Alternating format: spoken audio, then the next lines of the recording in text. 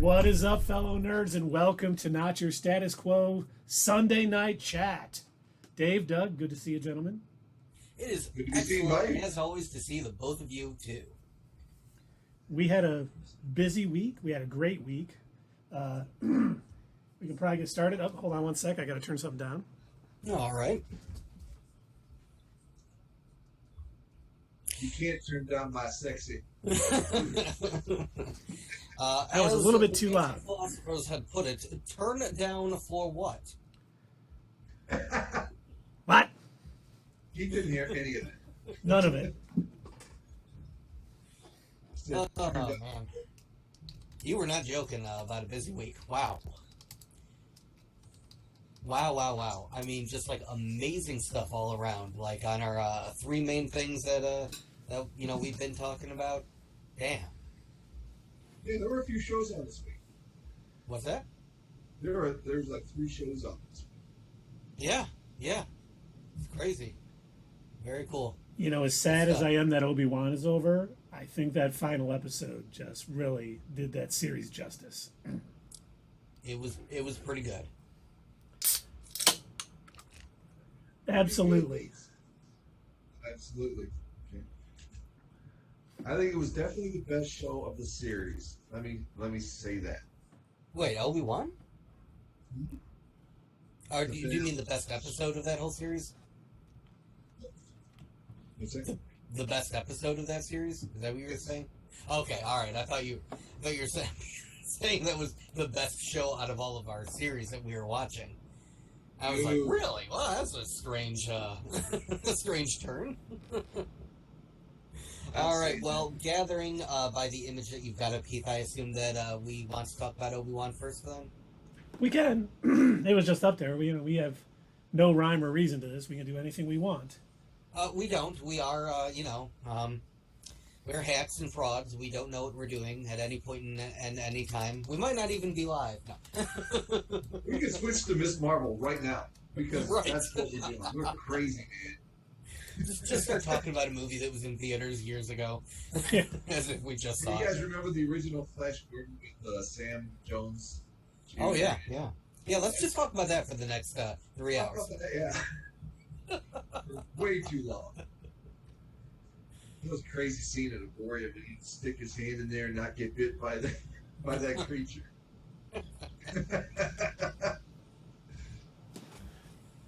I was actually watching, before we started live streaming, I was watching Doctor Strange in the Multiverse of Madness, now that it's out on Disney Plus, which, like I said, we were talking about this before, I cannot believe it's already out, you know.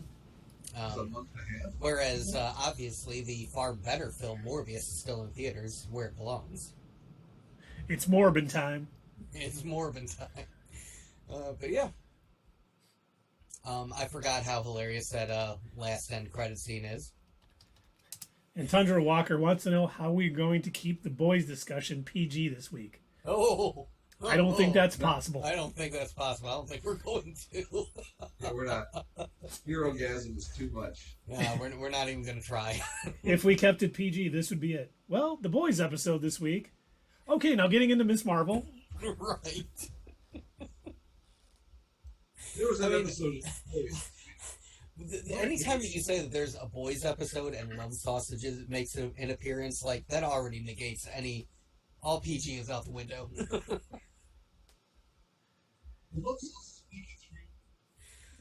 Yeah, he was there. No, did he make it through? Oh, he did. He was running out at the end. Love Sausage did live, yes. You know, so we just go over to the boy? Right, okay. Yeah, well... Okay. we're already not your status quoing it up. You should put, like, you know how you got the chocolate ice cream, the Neapolitan ice cream. We should just put one of those that has Kenobi the Boys and Miss Marvel in it. We can talk about anything at any time. That's probably not a bad idea. It would be much more authentic to what's going to happen. Right. No. We need a picture of from SpongeBob where he's running around his own mind. Everything's on fire. Yes. Yep. Yeah. That's us. That's true. But back to Obi-Wan Kenobi. What a finale. What a finale. Dave, you said this was the best episode out of the whole series? It was. I like how he was able to get his force power back and how powerful he still was. Mm-hmm. And there were a few nitpicky things, just tiny things. I definitely have those too. But yeah, overall, it was a great way to close it out. I don't know if they're going to have a second season, but if they did, I would hope it would not include Luke and Leia. Yeah, I agree. I don't know why they would need to have a second season. Honestly. And we can talk what's next for Obi-Wan Kenobi if there is a second season, because they did leave a few, they left enough things open that they could come back. And I agree with both of you. Luke and Leia does not need to be involved in this next season. No, I think with him having his powers back, with Reva possibly struggling with the balance between, light and dark. Obviously, remember, spoilers, everybody, but, her ending up, her sort of redemption at the end, realizing that if she did something to Luke, it'd be the same thing that she was trying to get revenge for with what, Anakin, Darth Vader did to her and her friends back, in the Jedi Academy, the rest of the younglings. So I thought that was good, but she still could be struggling with her place in the universe, and, maybe Obi-Wan could help her, figure that out a little bit, because she's not exactly a good. We talked about it with Wanda.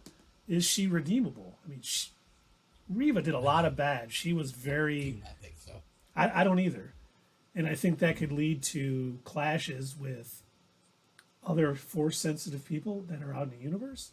One of them being Darth Maul, or Maul. He's no longer Darth. He tried to pick up, Ezra in Rebels as his apprentice, and maybe he's going to sense this. It could include Crimson Dawn, Reva, Obi-Wan. They could have a lot of things going on in that next series. They could even just not even have a Obi-Wan season 2, have it Vader season 2. He's on the hunt for Reva. He may run into Maul, because I would love to see a Maul Vader showdown, because I think Vader would overpower him, but it could be interesting to see what Maul knows about Sidious and Vader. That could be a very interesting conversation. You bring up a good point. If they were going to do it in that way, where it's basically the same show, but it's going by a different title, kind of like Book of Boba Fett, where it was basically Mandalorian season 2.5. I wouldn't mind seeing a little bit more on some of these characters that we saw in the Obi-Wan series, but where they don't really need an entire series dedicated to them. We just get a little bit more on them. So kind of see, okay, now where's Reva going to end up? What is she going to do? What is Darth Vader doing now that Palpatine has basically told him, hey, you really need to chill, buddy? And when is your favorite of the Inquisitors going to finally die?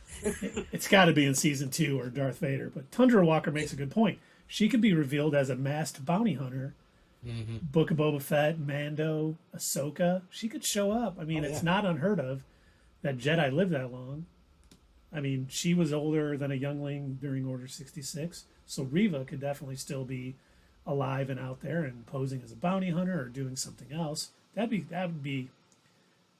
kind of cool. I would like to see her show up again. I think interesting character. Obviously, she's not good, so no. She would probably, if she was helping, it would be a lot like Loki or Doctor Doom. She's helping the good guys, but it's because it helps her in some way.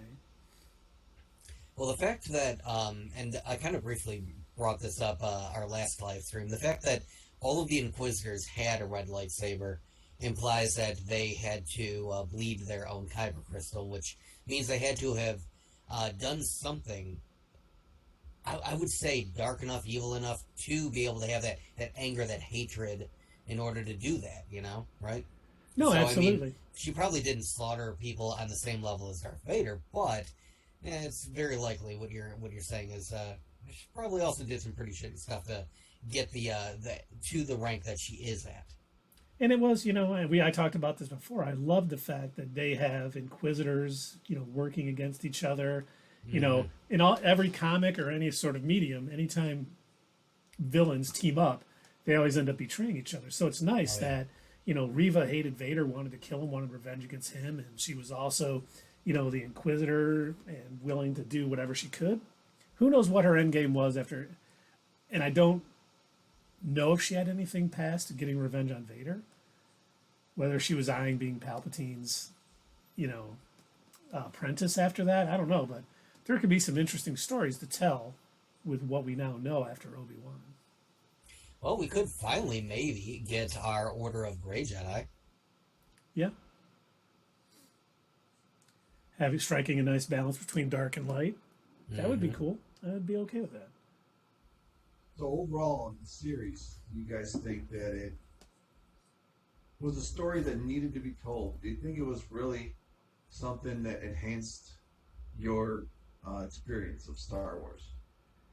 I am going to say yes. For one, my rating probably jumped a point or 1.2 after the finale because I think it brought things together. But I love the fact that it kind of bridged the prequel trilogy and the original trilogy. It brought a few things together. We learned a little more about Vader. We saw this Jedi at the beginning who was so sort of almost depressed. I don't know what else to call it. He no longer really had a connection to the Force. And because of what was going on, he had to reestablish that. He came back, and he probably came back stronger than he was prior. So, I definitely think we did need it. I like the fact that Ewan McGregor came back. I think we got, I don't want to say 6 episodes of great television because there were some issues with this series a little bit, more so than Mando, maybe not as much as Book of Boba Fett. But I am happy they made this series. I think it enriches A New Hope, Revenge of the Sith, and all of that together. Good. What about you, Dave? What about me, Dave? Yeah. No, the other Dave. Overall, I think I don't think it enhanced my Star Wars viewing experience. I thought it was a lot of nostalgia. It was nice to see, but I think that they mostly, to me, it was at most, even though I really enjoyed the finale, at most it was, I'd rate it a 5. And I think the only way they could move, I thought it was a really bad move to have Luke and Leia in the series at all. When I first heard that they were going to do a Kenobi series, I'm thinking, all right, we're going to see some solo adventures from live action that were kind of like the Clone Wars. Like just because he went to Tatooine to watch over Luke doesn't mean he didn't have other adventures. And that's what I thought this was going to be, some other adventure. But it involved the main storyline, and I like it, and the way they did it. I didn't like the way that Leia was portrayed at all, and I didn't.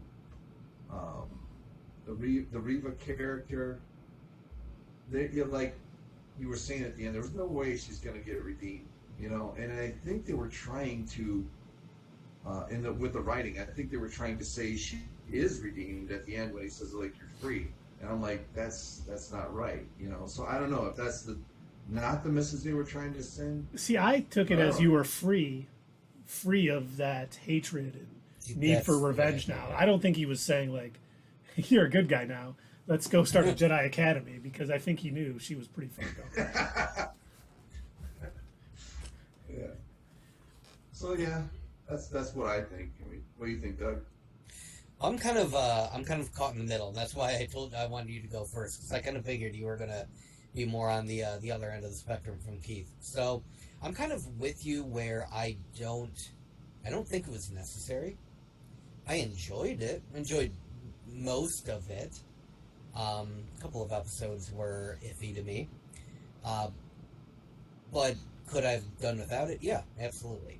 I didn't need it for my overall Star Wars experience. There's, for me, a lot of stuff like the last season of Clone Wars, certain episodes of Rebels, that kind of helped me fill the gap. Like, I more or less knew where Obi-Wan was at that point, and I didn't really need a, I guess I didn't need a TV series to tell me, like, what, where these people were at that point in time. Like, kind of in the middle is where this was placed. It was 10 years after Revenge of the Sith, but 10 years before A New Hope. So it was kind of like placed nice and neat in the middle. Okay, that's fine. You know, if you feel that you need to tell the story, sure. I personally, again, didn't need it. But at the same time, I didn't have any expectations about Obi-Wan going on some like crazy space adventures. To me, it wouldn't have made sense. It wouldn't have fit in the overall narrative of Star Wars. I would have understood it if we were still in the Clone Wars, where he still had the backing of the Jedi and or something like that. But having nothing that he could lean on, and then still going on some sort of space adventure to do who knows what. I don't know. I feel like that wouldn't make sense at that time period. If they would have said it during the Clone Wars, maybe given us a bit more of an expansion on like when he was pretending to be dead, when he was undercover. Yeah, that would have been kind of cool. I wouldn't have minded seeing more of an Obi-Wan driven live action series set prior to Revenge of the Sith, or maybe just before Revenge of the Sith, or something like that. You know, something like a Clone Wars dedicated just to Obi-Wan. Yeah. That I think it would have been kind of cool. Again, probably unnecessary, but it would have been cool. And you make a really good point, because I think that final season of Clone Wars, at least the arc, you know, the fall of Mandalore. What was it called? Not the fall of Mandalore. Doesn't matter. Siege, yes. Siege of Mandalore, yes. What the Siege of Mandalore did for Revenge of the Sith was, I mean, just, to me, absolutely incredible. So good. This was not on that same level, because that, like, fit perfectly and made sense and really wrapped up to Clone Wars and led right into Revenge of the Sith and was damn near perfect. This was not damn near perfect. No. But it was good. And I really think in this final episode, I think one of my favorite scenes was after his helmet was damaged, and it was going between James Earl Jones and Hayden Christensen's voice. Like, there was just a little bit left of Anakin Skywalker at that point, and that was really when Anakin ceased to exist. That scene was really good. Yeah. That was excellent, and that sneer, that like evil smile that he had. Oh my god, that was creepy. I saw that and I was just like, oh, okay, you're enjoying this a bit too much. And I was happy that Hayden Christensen got the ability to act outside of some George Lucas dialogue, because he did a good job. I'm happy for him. So it turns out he can act. Yeah. It was just all the horrible dialogue holding him back. Now we just need Javid Best to come back as Jar Jar and get his... I'm joking. We don't ever need to see that. I wish the actor all the best, but we never need to see Jar Jar again. You know what we haven't mentioned is that Qui-Gon at the end. Now, I thought it was kind of cool, and I never saw his name in the credits, so that was very out of nowhere. I didn't expect it at all. See, I kind of expected once he got his powers back, he would see it, but it was really, I thought a really well done scene. Like, he's heading out, away back into the Dune Sea, being that crazy old Ben Kenobi. Mm-hmm. And he, got to talk to his master, and he finally was, we saw the whole scene when he finally, just lifted the rocks. I was like, damn, that is what I've been waiting for. And it almost was, 6 episodes was almost too long to wait for that moment. Because we needed him to, take out the 4th sister. In episode 4. You're not going to let that go. Never. She was just a red herring. They baited me. They're kept showing her, hey, look, there's another person here we haven't heard anything about her since the story. She's totally going to die. The next Disney Plus Star Wars series, 4th Sister, a 12-episode miniseries. She's executing Jedi all over. Will she live? Yeah. Season 2 of 4th Sister. They just show her, escaping out of various situations. She's walking around, oh shit, and then she just slides out of it. And that's the whole show. She doesn't have her own adventure. She just gets out of things. It's just it's finally gonna happen. She's on the Death Star when it's about to blow up. She just it's blowing up behind her. She just gets in a ship, flies away. Yeah. And she doesn't even notice. Yeah, she's oblivious. She visits Alderaan like just before the Death Star blows it up. She's like, "All right, guys, it was really good seeing you." Takes off. Boom. She's just there on vacation. I'm just gonna try some restaurants out. She's flying off. It's exploding behind her. She's having lunch with Owen and Baru right before the stormtroopers get there. Oh, okay, now that would be good. I would enjoy a series like that. Again, That would be awesome. Totally unnecessary, but I would love it. I would watch that show. I would watch that show if it was 7 minutes long. Every major scene in Star Wars, she's there, oblivious to what's going on. Yeah. And she leaves right before whatever happens. There were some Star Wars characters, and I wrote them down because they were hilarious. I had never heard of them before, and I wanted to bring them up, but they were in comics. They're not canon anymore. But it was basically what you're describing. They were at every single event, and they just bumbled their way through it. And they ended up accidentally finding themselves as Palpatine's 2 closest guards.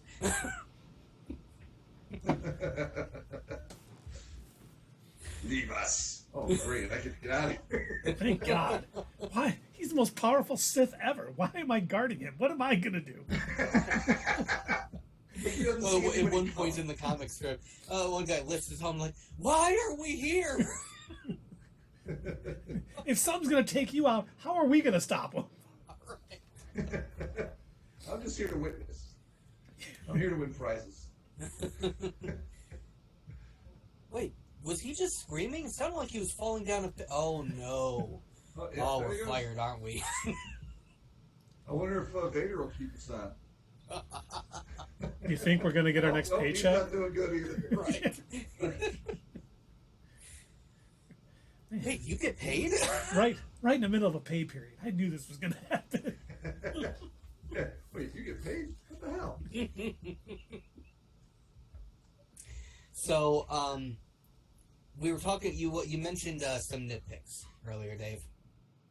I what? You mentioned some nitpicks earlier concerning Obi-Wan. Yeah, that's what I meant. Was like the way I didn't like the Leia character. Mm-hmm. There were just things that didn't add up. I mean, why would how would Reva have that knowledge? It seems like if she could get it, that anybody could. What knowledge are you talking about? Like Luke and Leia, that they're even. Why would they even be linked? Well, she explained all? in the 3rd episode that she didn't know that Luke and Leia were linked. She knew that Senator Bail Organa. That Senator Bail Organa had ties to Obi-Wan, and so Right, he but figured that if he abducted his daughter, that would get he would call Obi-Wan to come and rescue her. That was the only connection she had made. She didn't know anything. Why would she make that connection? Well, because she said she looked in the Jedi archives. Yeah, because Bail Organa was with Obi-Wan right before Mm-hmm. Order 66. And she thought they took off together. She had the ship's records, and she knew they were off. They went As off she together. put it, she said they fought together in the Clone Wars.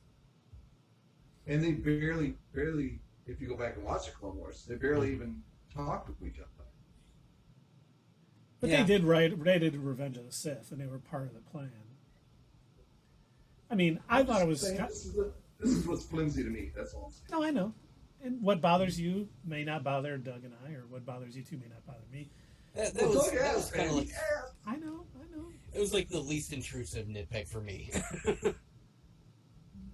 I want to take a minute. You sort of tore apart the one episode with the when they were escaping the fortress, and there was no water on the floor and all of that nonsense. And the Leia in the trench coat, which was ridiculous. I don't even know how they said, yeah, we're totally going to do this and get away with it.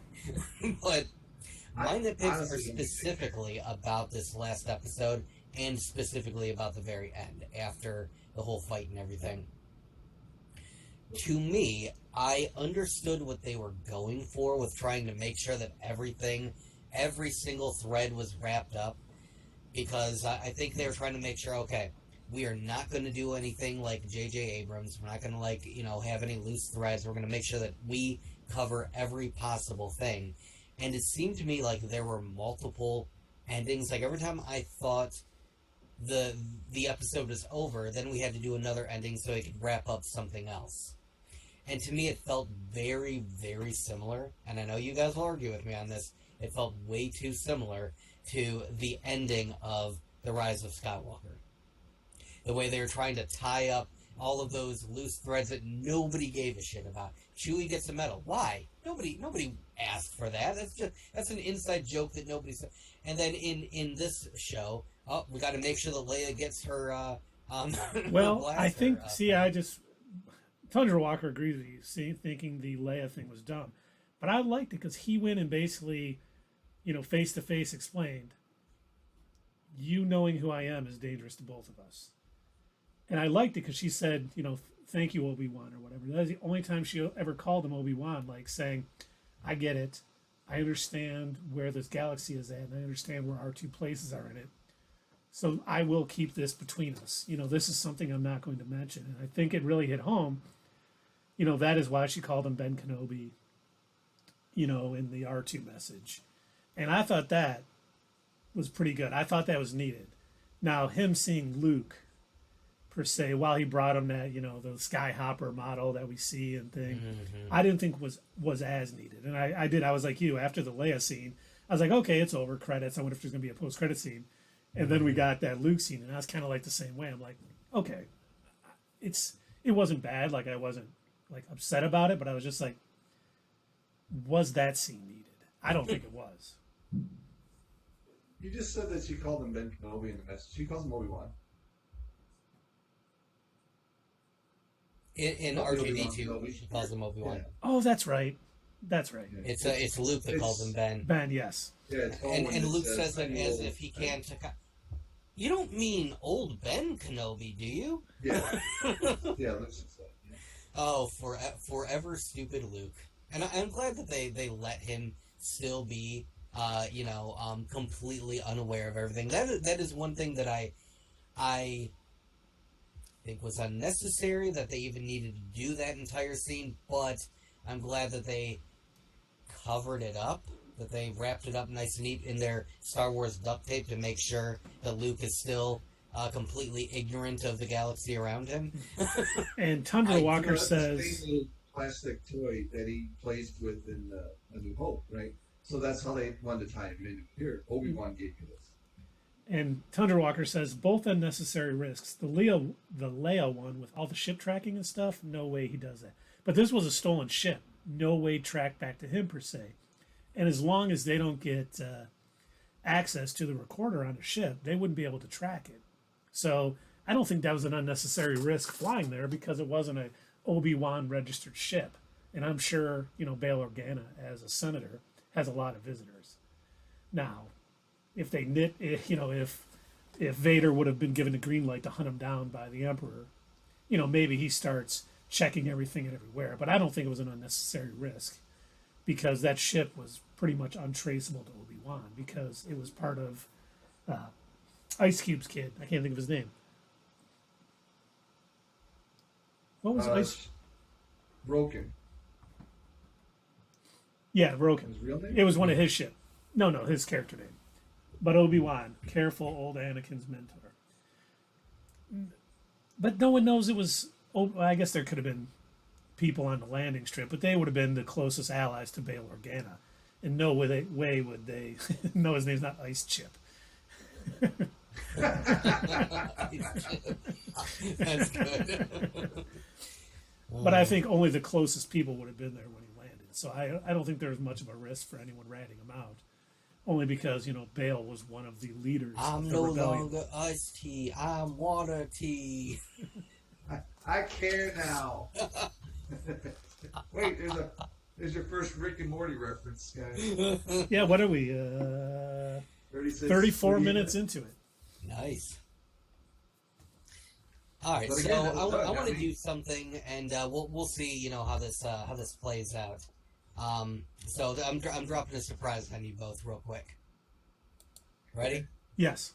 I'd like to do a very short, miniature version of Back to the Editing Room, Okay. and Right I think yes, right now, I think your fellow nerds can take some of the nitpicks that we've mentioned and come up with an alternative way that we would have done it. So I want to start actually with the introduction to the Inquisitors. I do not think they ever should have shown up on Tatooine. I think we should have been introduced to them, and I think we should have seen them on another world. It's a large galaxy. There are plenty of hidden Jedi. That one Jedi dude could have been out there. He did not need to interact with Obi-Wan, and we didn't need to see him get hunted down, nor did we need to see the Inquisitors confront Owen. I don't think any of that needed to happen. I think we should have been introduced to the Inquisitors. We should have actually seen more of them, and we should have seen them on the hunt for maybe like a family of Jedi, just to show how ruthless they were. Capture the Jedi, kill the kid, whatever, hang him in front of us, still do that same thing, but I don't think there should have been the interaction with Owen. Yeah, the one thing that bothered me about that Jedi on Tatooine finding Obi-Wan, I mean, he's like in hiding. No one can find him, but this dude finds him in the middle of the desert. I thought that was a little oddly placed. Mm-hmm. I do think they kind of did it to kind of bring Obi-Wan out of his shell, but it wasn't necessary. It really because wasn't, because I think Bail Organa coming to him and saying, listen, yeah. you know how important Leia is. She's not only my daughter, but you know the truth. We need to do something. So imagine, my back to the editing room. We have that scene on a different world. Somehow it gets recorded. Everything seems to get recorded around there. Everybody seems to know everything. So while Obi-Wan is, traveling with little Leia to get her through the path or whatever they're calling it. I think that's what they call the path or the way or something. the path. The path. This is the way. So This is the way. he comes across a little holodisc or something that shows some of these murders, and then it occurs to him, oh my god, this is worse than I thought it was. Like, he may have heard rumors, but he never saw it. Because did he ever run? That would have been his first time ever running into the Inquisitors. Yep. Yeah, I kind of agree with that. I think. In what? I said he didn't run into him on Rebels? Yeah, Rebels was 8 years after Obi-Wan. Yeah. Rebels is 8 years after this series? Yeah. Yep. So this should have been the dawn of the Inquisitors. Well, Basically. the Inquisitors started in the comics pretty much right after. They Revenge of the started Sith. right after Revenge of the Sith. But they would still, this is only 10 years after. They'd be Right. still figuring out what they're doing. Sort of, kinda. It seemed to be like a slightly different team than what was in the Vader comics, but that's also because Vader was like constantly killing them. And cutting off limbs and. Yeah. Except for that fourth sister, man. He liked to keep Except her, around. yeah. She had pictures. She had pictures of him or something. Vader cares about that too. He's like, no, Wouldn't you can't show that to the Emperor. Wouldn't Obi-Wan have done a midichlorian test on the two of them? Probably. I mean, he probably knew that Luke was probably stronger in the Force than Leia. I would assume. They never talked about it, but it would have made sense that he would have done that. Because if Luke didn't have any midichlorians, would he have stayed on Tatooine with them? He'd just been like, hey, there you go. Have fun, Uncle Owen and Beru. Well, he did seem to Qui-Gon was the assume only that one he carrying was. a handy kit to find out your midichlorian count, right? And no one else ever did that. But Qui-Gon's like the village doctor carrying one around. I was like, let's find out how much you got there, buddy. Look, I don't believe in this religion. It's pure science. I'm going to take a blood test. All right, stop believing in this nonsense. It's in the blood. And there is no Title IX for Jedis. It took me a long time to break out that hashtag, Thunder Walker, but I mean, I think they just had to have Leia be less powerful because of how the stories played out. So what about you, Thunder Walker? What is a nitpick that you have from Obi-Wan Kenobi that you would correct, and how would you correct it? And while you're typing that out, Keith or Dave, which one do you want to go next? See, my nitpick would be the escape from Inquisitorious Fortress. I thought just the whole way they handled it was just bad. The alarms going off and they're sneaking out under the code. No snow speeders come out of nowhere to blast. No warning. Well, they're on high alert. You don't think they're sensing? They're just You know, walking. there's two ships flying in real fast. We have other problems. Dang it! I thought it would have been better for maybe the Imperial officer to sacrifice herself there so Obi-Wan could escape, with Leia. That's where the sacrifice should have been, not, with the thing. And they should have, he should have battled the fourth sister on the way out, beating her and maybe killing her. Then her show would have to be a prequel to all that.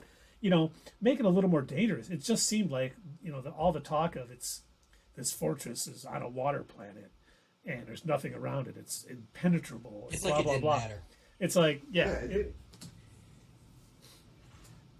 and I think they could have done a better job. Go ahead, Dave. Sorry. No, I was just going to agree. That's probably my biggest nitpick of the series. But you go ahead with yours.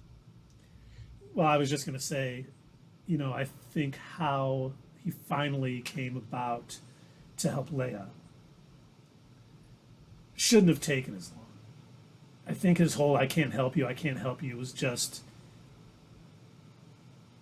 Plot devices to make it longer? Yeah, it really, if he would have heard about that, he would have been like, I thought Obi-Wan would have checked on Luke real quick. Hey, everything's cool here.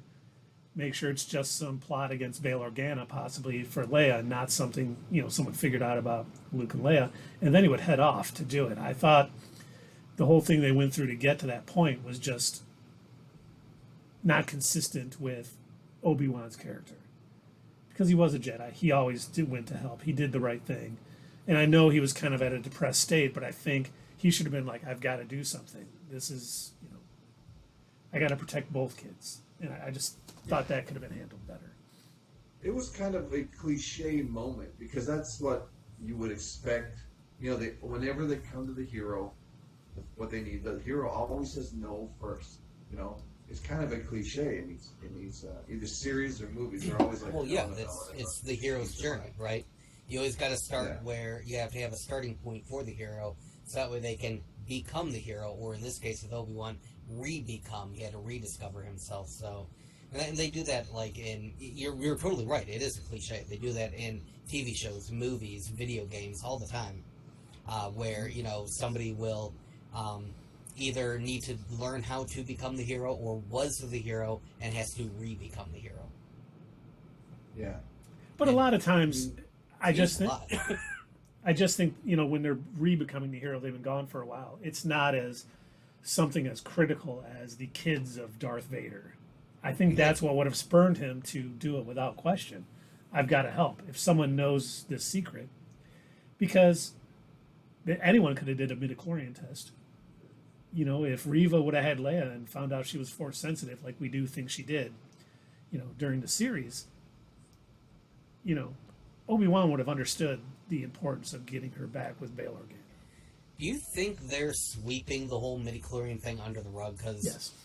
I was going to say, I have not heard that word mentioned in any other Star Wars property since then.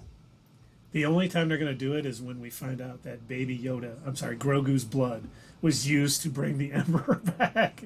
He has such a high midichlorian count. Oh, damn it!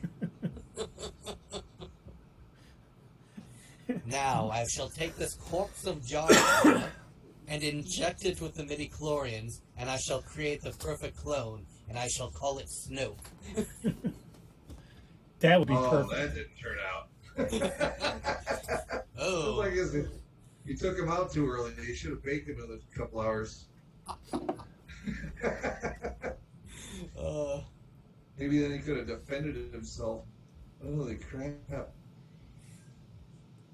So, Tundra Walker makes a good point here. I just thought Obi-Wan's character was inconsistent. He was always chiding Anakin to be more careful, more thoughtful, and he was just kind of reckless in various spots. And we even see a flashback to that. You bring up a great point. Yeah, we see a flashback to him telling Anakin that as he steals his lightsaber, he's the Force. And I just wonder if Obi-Wan was a little more reckless, only because he was. I mean, the Jedi Order is destroyed pretty much at this point. I agree with you. I'm not, I'm just trying to play devil's advocate here a little bit. Is it something that he was just like, I'm going to have to take these risks. I don't care at this point. The Jedis are destroyed. It was silly to think. In that last battle with Vader, it was just no holds barred. He went all out. You could tell he was not. It makes you wonder: did he ever fight like that during the Clone Wars? Because he always seemed like, again, going back to what Thunderwalker said, he always seemed like he was a lot more careful, and Anakin was, always getting into trouble. And I think, again, going back to the last season of Clone Wars, that one episode where Anakin approaches the droids and is pretending like they're going to surrender just so he can have his clone troopers come up and screw with him. Obi-Wan was always more like the planner, and the overall picture guy. And Anakin was the gun you pointed in the direction that you wanted to move. He was a lightsaber that you stabbed through a chair into another body. Yeah. And then you stare him down, look him in the eye as he dies in front of you.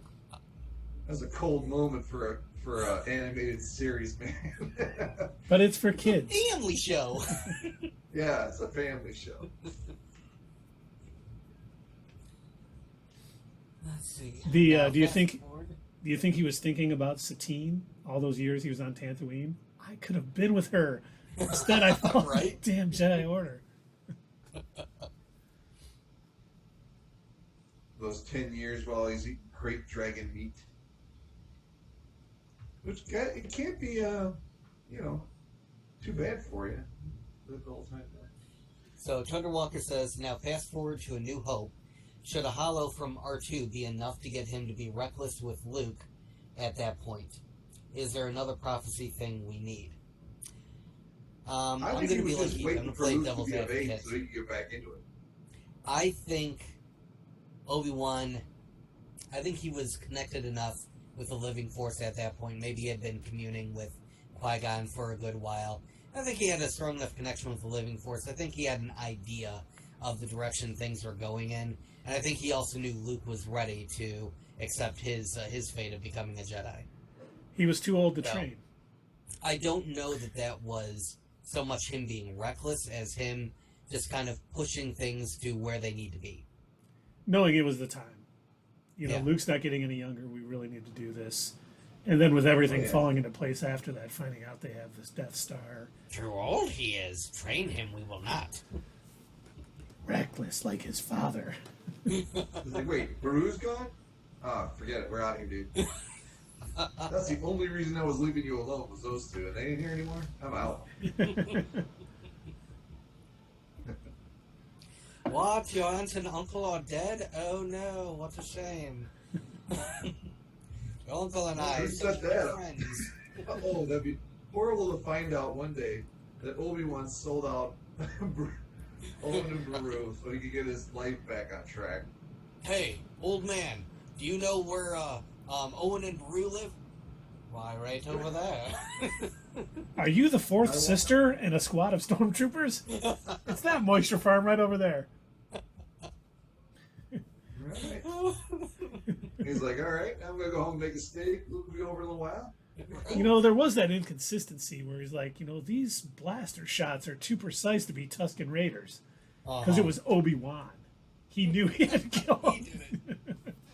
And he tosses the blaster after he shoots them. Such an uncivilized weapon. And, okay, Thunderwalker, I don't think Boba, the a-hole, may be a Tusken Raider, but I don't think Obi-Wan was at war with him for 15 years. He wasn't like murdering them. He just made the noise to drive them off. Mm-hmm. I think he knew how to deal with them. He just wasn't going to become a part of their clan. Where Boba Fett needed that at that point in his tenure. Yeah, they kind of imply that, at least in that scene where Owen and Baru are telling Luke that the Tuskens are getting ready to raid local farms, it sounds like all of the people in that area were just kind of used to it. They weren't so much at war with the Tusken Raiders. They were just used to them, as the name implies, raiding, you know. Oh, well, you know, it's that time. We better get prepared, chase him off. Here comes the plunder. Yep. Yarr. Alright, better get out of town for a little while.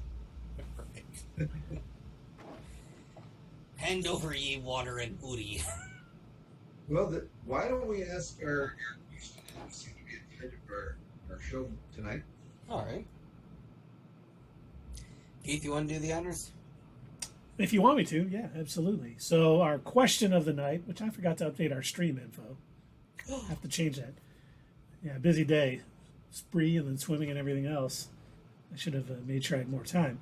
But the question of the night is, if you could do a Star Wars series, what character or what era would you make it about? And why? Doug, would you like to go first? Absolutely. I've been thinking about this a lot. Hey, water? This ain't Doug like. So,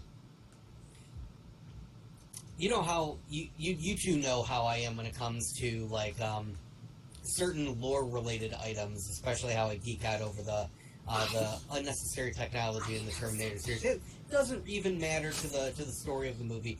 I still geek out over it, and I can tell you like all the crazy nonsense behind that, all the crazy nonsense going on with you know, the time travel car in Back to the Future and everything. My favorite thing to read about, I used to collect those Star Wars encyclopedias when I was a kid, and like read through, and that's like how I first heard about. Oh, they put a crystal inside the lightsaber, and that's what makes it work. I wonder if that's possible to like actually do that in real. And so like I geeked out over all of the little things, the little nonsense things like nobody else cares about. I would like to see a story in an era set way before they had established the official Jedi Order. I want to meet the guy who first came up with the idea to make what was known as the proto-saber. The very first type of lightsaber, the kind that utilized the battery pack and the wire. And I want to see a story set with those people when they're still trying to figure out what the Force does, how this technology works in the early days before the Galactic Republic even existed, before all of these worlds existed, you know? That's what I would like to see a story of. I think we've seen that. It was called Ghostbusters. That's the original. That's the original lightsaber there. Now we know why Doug wants that. It's made by Pete Bankman. No, I think it'd actually be kind of cool to sort of, because from what I've read, it wasn't a humanoid, like it wasn't a human person that invented this thing. My original thought, like I was thinking of, you know, it'd be kind of cool to learn a little bit more about the father and the mother and all of them. But then I thought, well, how do you carry an entire series with that? So that's why I kind of switched it up. And I'm like, I want to learn more about not just the Old Republic. I want to learn prior to that, like when they were still before they had even decided Jedi and Sith, when there are still everyone's just kind of, you know, all willy-nilly about where they lie in the spectrum of the Force and stuff like that. I think that'd be kind of neat. And characters that you wouldn't know if they survived or not. Yes, exactly.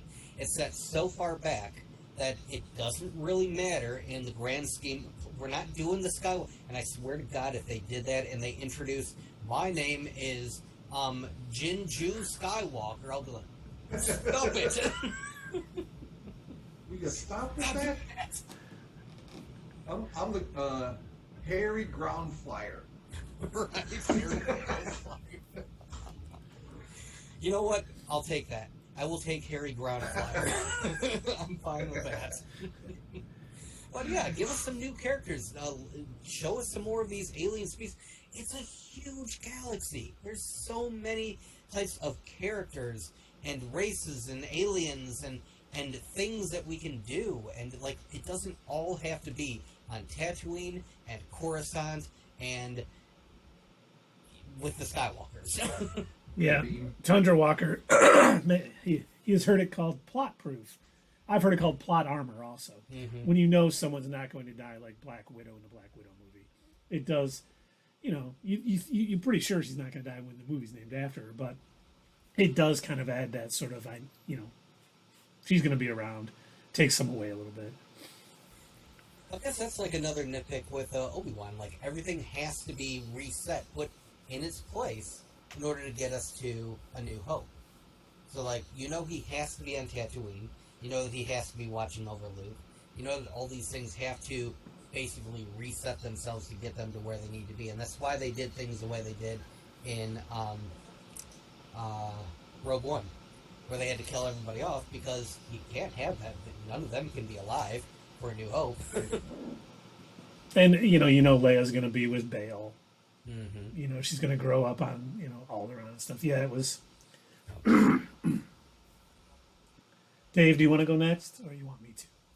Oh, yeah, mine's pretty obvious, I think. I want to see that Thrawn series at the end. Yes. And I don't mean, like, TV series. I mean, like, the trilogy. I need a Thrawn trilogy. I think like movies? Yes. Yeah, and I think it's for obvious reasons. He's an incredible villain, and he's threatening but not threatening. He seems like he could manipulate. See, here's my cat. Here she is. Flirting. Yeah, flirting. Get down. He could, like, manipulate any situation to, his benefit. And, that could have been the way Rebels ended. Like, that was for his benefit. It wasn't for Ezra's benefit. You know what I mean? He knows how to... He's another manipulator like the Emperor. But he seems like, he's a little more...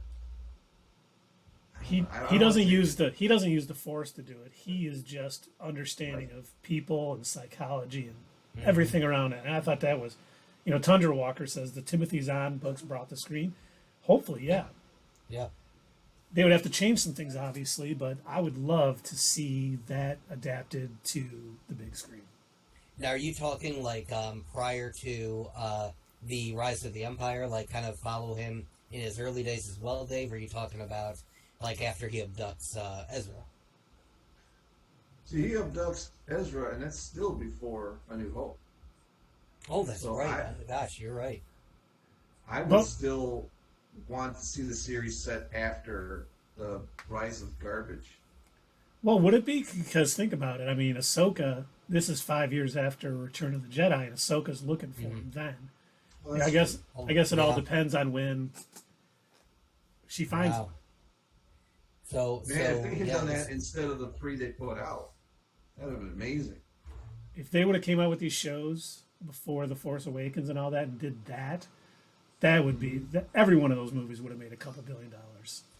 I have to wonder, what would the Mandalorian series be like if they didn't have to somehow tie it into the decisions that were made in Rise of Skywalker and all that? Still be great. They're handling it well because they're not making it the main focus, I think. I mean, there's the Grogu angle, yeah. Yeah, but, and then they show, like, the cloning kits and everything. It's almost like they have to, but you're right, they don't make it the central focus. But I wonder what they, like, how different it would be if they didn't have to tie all of this, the whole cloning aspect and creating a new Palpatine thing into it. Yeah, like, that's whole second season would have been different. Well, no, because it could have still been the same. Because they haven't said that this cloning process is for Palpatine.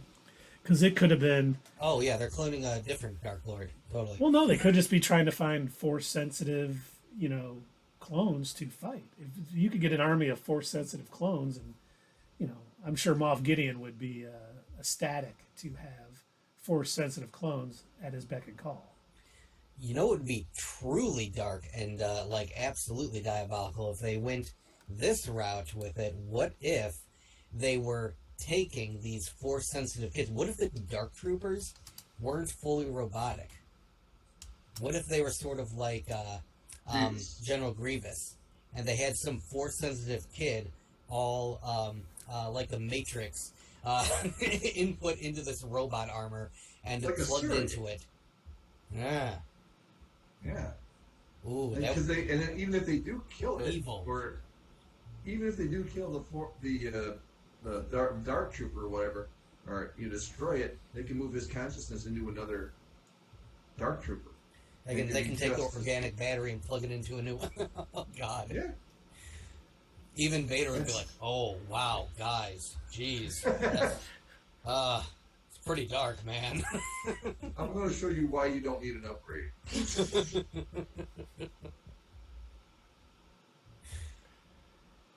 All right. So for my choice, there you go. For my choice, I'm almost doing the exact opposite of Doug. I want it to be like 500 years in the future. Ooh. For the same kind of reason Doug does, we don't have any Skywalkers. We don't have any Palpatines. There's no Jedi Council, Academy, none of that weird stuff.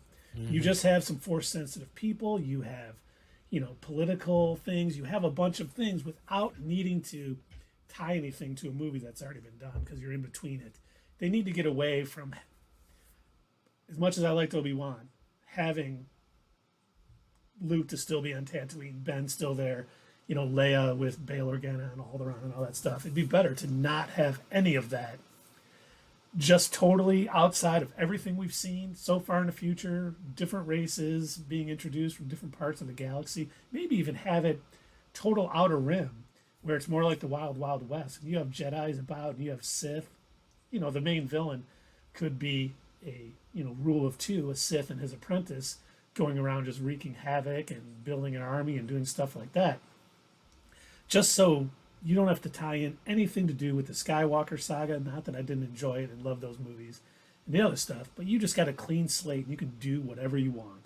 And that would be extremely interesting, not knowing anything about it.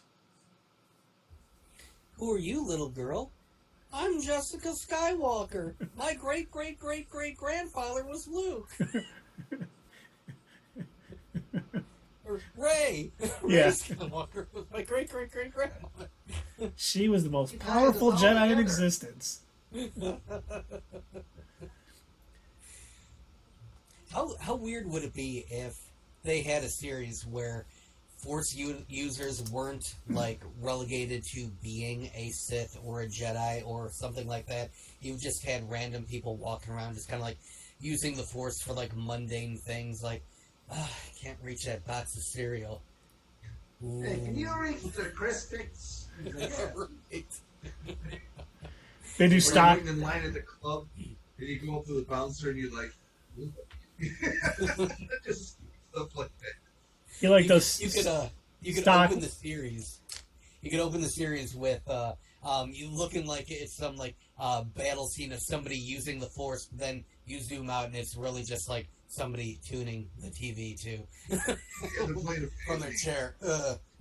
It's he is very strong in the Force, but he just works at Costco doing stock at night. God, the high-low wasn't charged last night yet. All of those crates are on the high shelf just showing. got my $15 an hour. Welcome to space, Costco. I love you. Sweeping the floor, just sitting there reading a book. Yeah, he's playing video games while the Force is putting everything away. Right, exactly. Oh, and then all the Force-sensitive kids that are in school, they're bullied. Oh, you psychic nerd. One day I'm going to be powerful enough to Force choke you. Ah, what a loser, Force choke. And that's Grand Moff Tarkin. Yeah. Punch, cry. No, that's not Grand Moff Tarkin. It's Syl Tarkin. Are we gonna go through George Lucas's unused names? Yeah. Hold on, it's coming to me. Greeble Dark Skater. Yeah, it's a good one. Force bullies are real. That is true. Is that how they named characters on Snarkin, Snarkin, Glubble Door. Snarkin Glubble Door. See, backstory is amazing. Speaking of Force bullies, you know what would be an excellent series? What? Star Killer, the Force Unleashed character. Ah, from the game? Yeah. That wouldn't be a bad idea. They've done that before, where they've taken like a plot of a game and actually turned it into a movie or a show. And speaking of that, newsflash, exclusive. No, it's not an exclusive. The rumor is that Disney. Metal Gear Solid movie. They are, but this is related to Star Wars. The rumor is that Disney Plus is working on a show with Cameron Moynihan, Cal Kestis from the Jedi Order series. Oh, huh? And that would be awesome. Who's in charge? They haven't said yet. This is just rumored at this point, but I would hope Filoni and Favreau. And yes, Starkiller was the Skywalker original name from the script. I think that's why they used it in the Force Awakens games. Did I tell you guys that I had... Or Force Unleashed, Force Awakens. I had bought and read a comic that they had made that used George Lucas's original script. It was very interesting. If you go on Comicology, you can download the Star Wars. Yeah, that's it. Yep. It's really good. It's interesting. Star Wars? It's the Star Wars, and it has Starkiller, and he's going up against. It was before they'd established that like Darth Vader wasn't his father; he was just like an evil bad guy, and yeah, it was. His name Darth Vader too. No, I think it was still Darth Vader. But it was a good comic. You should definitely check it out if you haven't read it before. I have not. I will definitely have to take a look.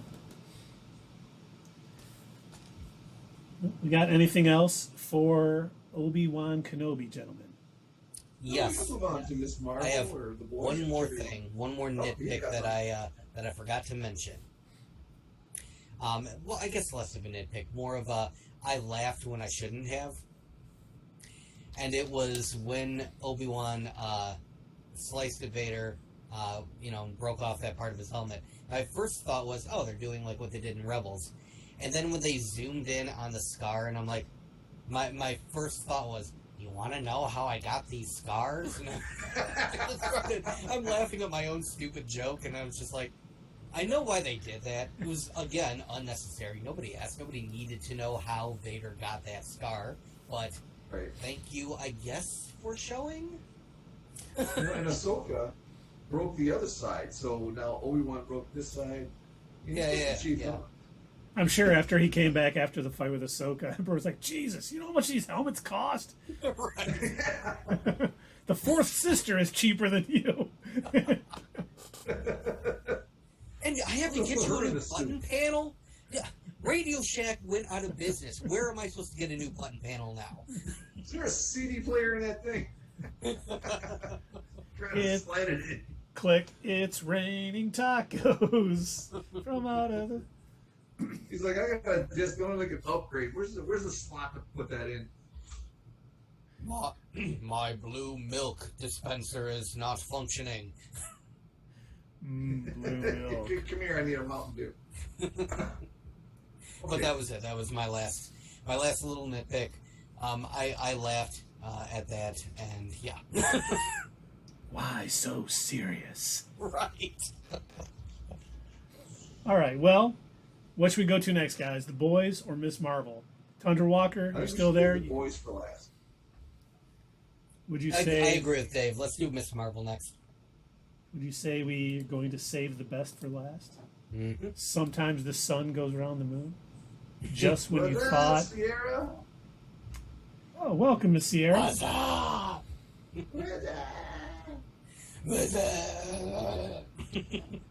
Nobody's gonna remember those commercials anymore. They will not. That is true. Those are pure '90s cheese. When you put this on YouTube, throw that in there. Throw that. You went Budweiser's gonna be like, copyright strike. We're gonna collect some money from those YouTubers. We're gonna show them. You stole our old ancient joke that nobody remembers. And then what? And then instead of drinking Sprites, we're gonna have to all drink like Bud Lights on the. Oh God! And yes, as John Oliver says, it's garbage. It is. The guy who invented it wouldn't even drink it. I was trying to make pure water. and some beer spilled in it. A minuscule amount. Okay, Well, let's get on to Miss Definitely Marvel. the best. Yeah, this is definitely the best episode so far. I thought it was a lot faster paced. I didn't have a lot of problems with it. I didn't think about finding any plot holes. I was going to watch it a second time, but I didn't get a chance. But I didn't find any plot holes in the first time through that made me want to go watch it for that reason. So I enjoyed it. Yeah, I had less issues with this episode than I did the previous one. This one felt Hold on, you guys. felt more cohesive all the way through. And I appreciated that, the fact that I could sit down, watch the episode, and you're right, it was moving along, it was quick, got right to it, and we finally found out even more. I would say, if I had any nitpicks about this episode, I would say the only nitpick that I have is the other members of that of the Jin family really went from 0 to we need to kill this girl like, really quick. You know and what? that would be my only nitpick. Like I understood that the mother figure, I don't really know like what their whole relation is, all of them together. I understood that the mother figure was in a hurry. Oh my God, we got to get back to our dimension. I will do whatever it takes. But how, I guess my only nitpick would be, how did she convince all of the other Jin to, like, we need to get her and you all need to be as evil as possible? Yeah, I don't think like that. That was the only nitpick. Yeah, And really, you're right. I don't think they saw Yeah, it. Keith, you're muted. God, I had to click it 3 times to get it off. But I didn't see it as like.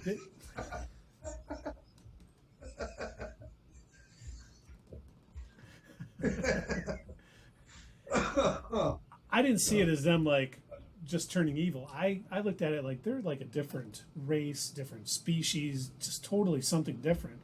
And they didn't see it as being evil or good. They just, she has the power to get us back, and we're going to do it now. We don't care, how many humans die or anything else. That didn't even register as they should be concerned about that. So. Yes and no. I agree with you to a point, Keith, but I don't get how like all of them were like on board with that idea, except for the one dude. Well, remember, the one dude was born on Earth. Mm-hmm. So he has more human in here's him. my question. Go ahead. Here's my question. If they've been waiting for 100 years, they can't wait one more night? Or were they just like, all right, as soon as we meet this chick, she better do this, we're going to fucking kill her? Yeah, pretty much. That's what they seemed to, like, seriously, it was 0 to 11, like, instantly. Right. That's that. But other than that, I thought exactly. Other than that, I thought it was an amazing episode. It was really good. Like I said, it seemed a lot more consistent all the way through. The previous episode, if you'll remember from our last live stream, to me it felt like the last episode. Like there were 2 different directors, and some of the scenes didn't seem to match up to me. I know you guys gave me a reason as to why it must have been like that. Keith said, well, this is the mind of a teenager. Of course, it's going to be all crazy, and this is just how she sees the world. Well, and did you notice in this episode there was less of like the texting and seeing it pop up and everywhere? It's almost like she is coming out of that sort of teenage dream state, like needing to deal with reality. And I think that's why we saw so much of it the first and second episode, and we're kind of getting away from that now. I thought that was pretty well done. It really kind of, even though it's a different villain and all that other stuff, it really is sort of a lot of parallels to the comic and how she was and how she's learning how she has to be with these powers to keep those around her safe and everything else. I will say, from a lore perspective, I really did appreciate the fact that they did give us a backstory that makes sense. No, it's not exact from the comics, and I'm okay with that. I am perfectly fine with them creating an alternate version of Miss Marvel, one that kind of makes sense. And I had to look it up at first because I did not know who the Jin were. Like, I had never heard of them in the context of Miss Marvel. So I'm like, are they something that I missed? Like, I do not remember them ever showing up in her comics.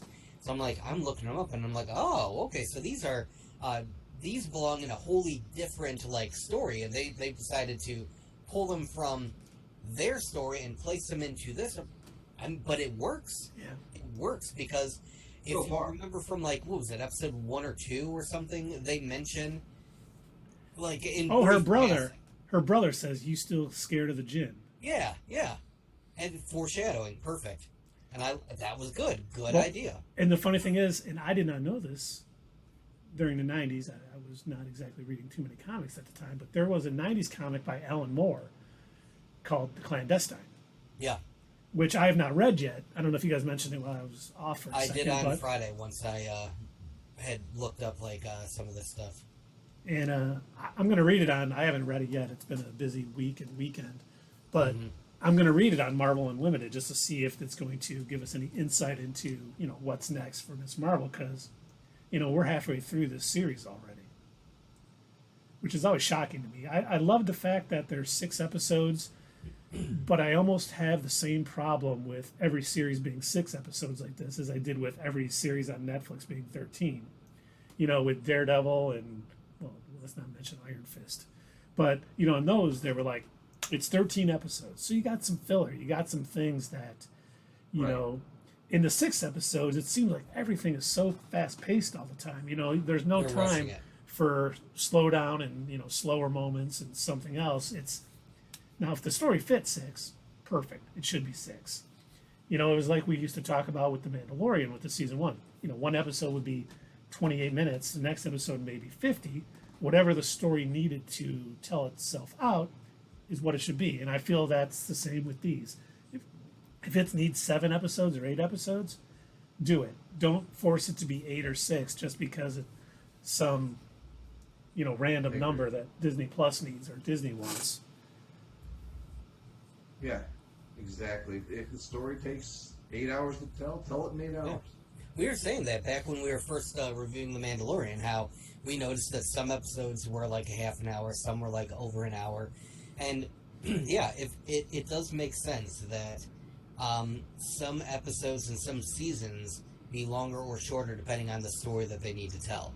And I don't think Disney or Netflix or any of these companies should be putting a hard rule on it needs to be either 6 or either 14 or whatever.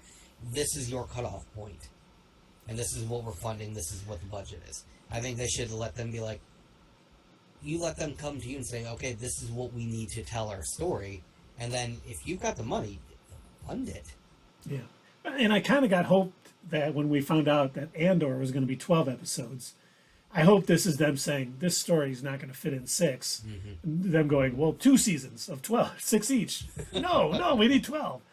So I hope that's, something in the past. I know She-Hulk is going to be more than 6 episodes because it's going to be more almost half-hour episodes, almost in the vein of a sitcom a little bit. But I hope a lot more lighthearted, yeah. Oh yeah. So I hope they do this with like for instance, just think of a Disney Plus show MCU coming out in the future. We'll go Wonder Man. That needs to be like 36 episodes a season, maybe 52. A Wonder Man episode every week, all the time, because that's what stories need. I'm still wondering how the heck they're gonna create a Wonder Man series. Like, there's so many different. I don't want to get into it. It'd be a whole theory palooza, but I do have a thought on that later. So I have I have a tile queued up to talk about Wonder Man. I think I know how they're going to bring him. How they're going to bring him into the MCU and when. But we'll get to that later. All right, Stay we'll do tuned. that later. Stay tuned, followers. But as far as Miss Marvel goes, yeah, like I said, I really appreciate the story that they gave her. I like the way that this is all tying together. I am still absolutely convinced that Bruno is going to be a villain. I don't care what y'all are saying. He's going to be the reincarnation of Ben Franklin. Thomas Edison. Thomas Edison, yeah. That's what he's going to be. He's going to be that bad guy. He's going to be the technician or whatever he's called. The inventor. You got everything wrong about that. Actually, I didn't actually, you Doug. I'm sorry. But yes, that's my theory. not your status quo, Doug. 100% correct all the time, every time, 24/7. You bank it. Bruno is going to turn evil. Because, see, No, I don't. Bruno's going to start making albums. Making albums. See, I Got wonder. locked out of heaven. I do think we're going to see Bruno maybe go to Cal, because if she leaves for, oh my God, I forget where. It's in my notes. I didn't want to open that. That is not. Somewhere out in the universe? Because she's Miss Marvel now? No, Karachi. When her grandmother said she needed to come out there, because I think we're going to not see Bruno in the next couple episodes. And yes, we don't talk about Bruno, but I think he's going to be sidelined for a little bit. But I think if you're going to do a twist turning Bruno evil, no one would see it, only because of. I would. You would, yes, but no, most people wouldn't see it coming, just because he's always been such a close ally to her. I mean, there's even been romantic entanglements between Kamala and Bruno in the comics, which I do think they may. And that wasn't Microsoft Surface, Brian. That was Tundra Walker. That was, I accidentally hit the Microsoft Store on my laptop when I tried to bring up OneNote to look at my notes. So that's also why Ned is going to become a villain in the next Spider-Man movie. He will be the Hobgoblin, yes. He will. 100%. Right. He's gonna use magic too.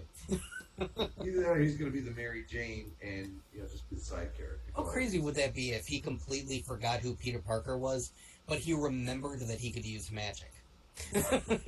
Well, he would, because all he forgot was Peter Parker. Right. And so then he uses his sling ring to steal like rob banks and stuff.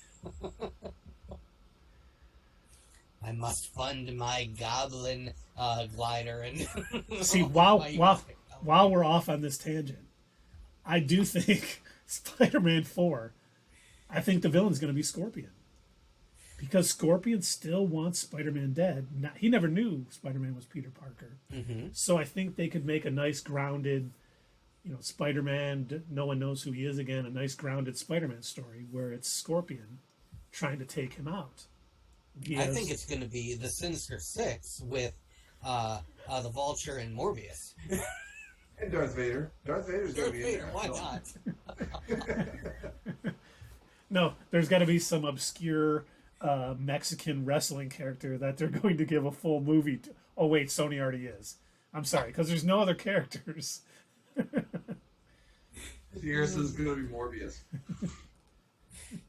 Oh, man. Morbius was a great movie, man. I don't know if you guys. Oh, my God.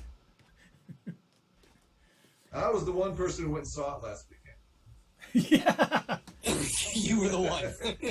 And then you went on Rotten Tomatoes and said, this is the greatest movie ever.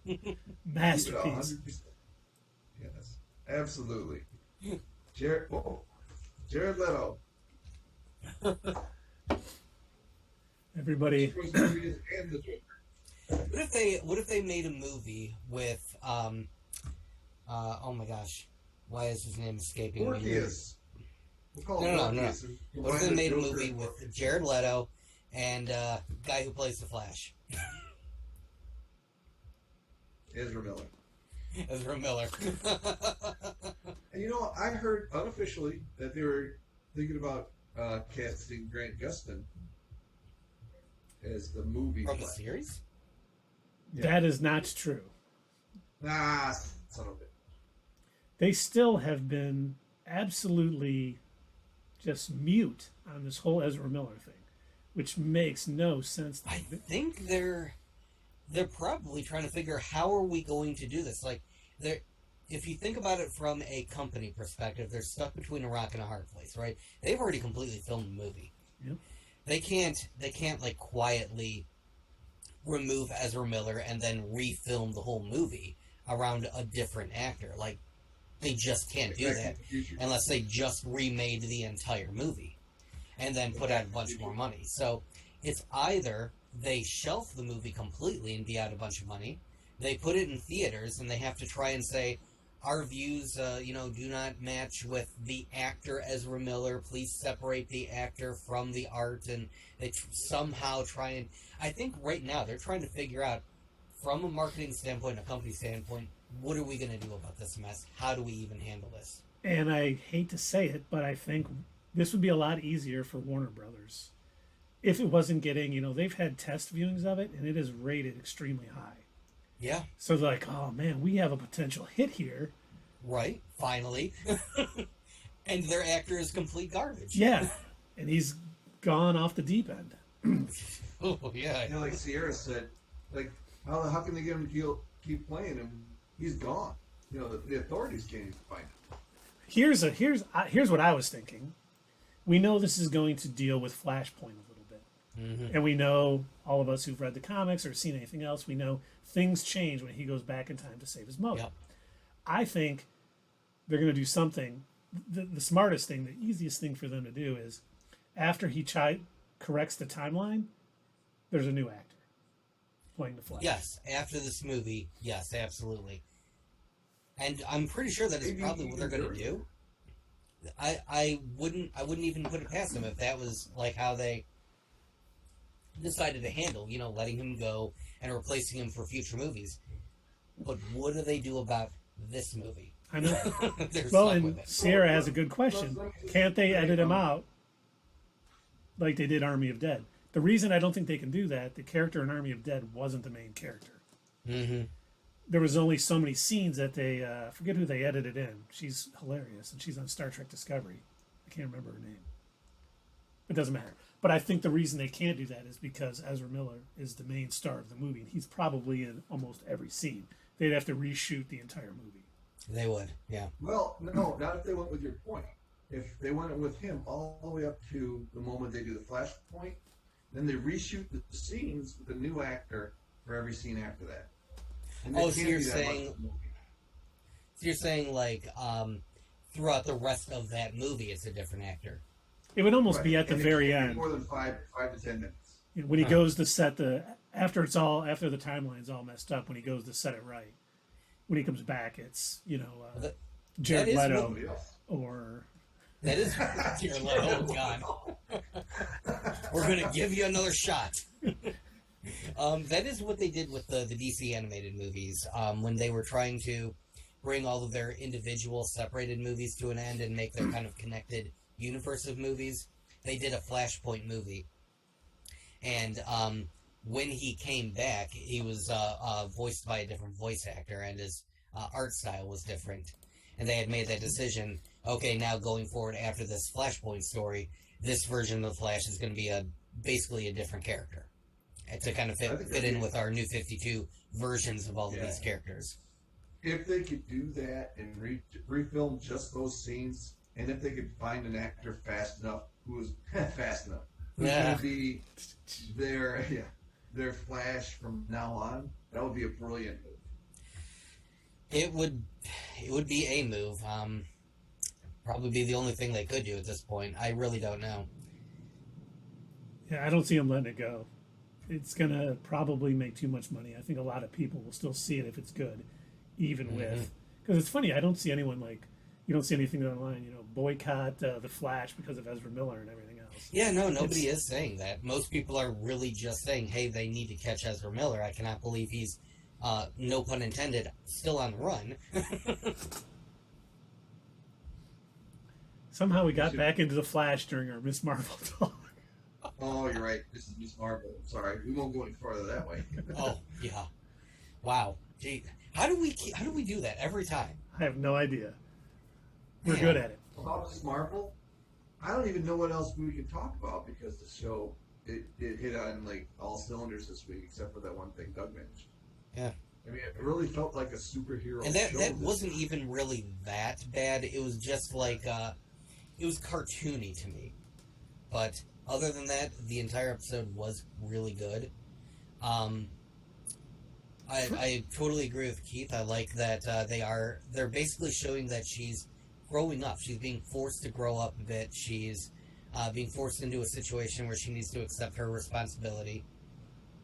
As I was watching episode 3, one of the things I was thinking about is we haven't seen a really origin story in the MCU since Phase 1 almost, because they're trying to get away from it almost. Spider-Man just showed up, everyone knew his origin. And I was like, how are they going to handle Miss Marvel? Are we going to see it? And they've done such a great job with her origin story. You talked about it earlier. even though they've changed her power set and how she got them, it's still hitting everywhere they need to hit. You know, her learning how to use her powers. You know, they didn't skimp on that. They had some good scenes with her trying to figure out how to do everything, and her, you know, going to save that kid and messing up because things, you know, she still wasn't 100% sure on it. And, you know, they're showing that learning curve in the process for her to be what she needs to be when they finally get to the marbles. And I was just like, man, I'm happy they're doing it, and I'm glad they're doing such a good job of it. Yeah, you got to show the lead up to something like that, or else it's like, you know, that's what they call You it. answering Thunder Walker's question? What did he say? Me? Fella? Oh, that's what I thought you were doing.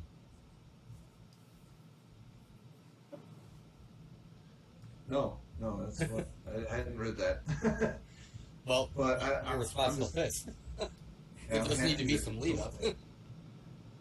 Because you can't just show up and then even if somebody shows up and they're all powered, you gotta go back in time and show how that happened. You know, just like they didn't do in Obi-Wan with the Inquisitor, the Grand Inquisitor thing. They never explained it. And Well, Dave, you have to read the comic book. Come on, David. Jeez. You would have read the Darth Vader book.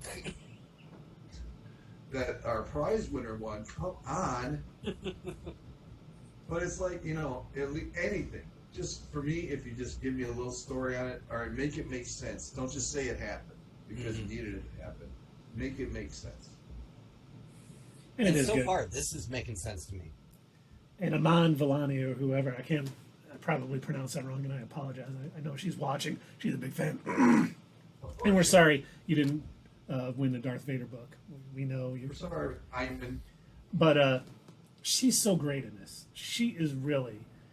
I don't even know if she did anything before Miss Marvel. I don't know if she, you know, acted before. And, you know, you hear stories how she like had a Miss Marvel Halloween costume before this, and she has just been fantastic in this series. And it's so nice that Marvel does such a good job of getting the right actor for the right role almost all the time. And it's great. Her being that good in this just makes this series that much better. Yeah, it's BBC that has a problem with casting.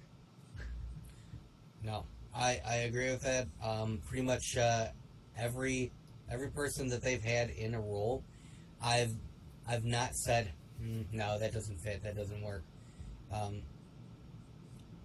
I think I've been surprised a couple of times when I think when I heard that Chris Evans was going to be Captain America, I'm like, I played the Human Torch? I don't know about that.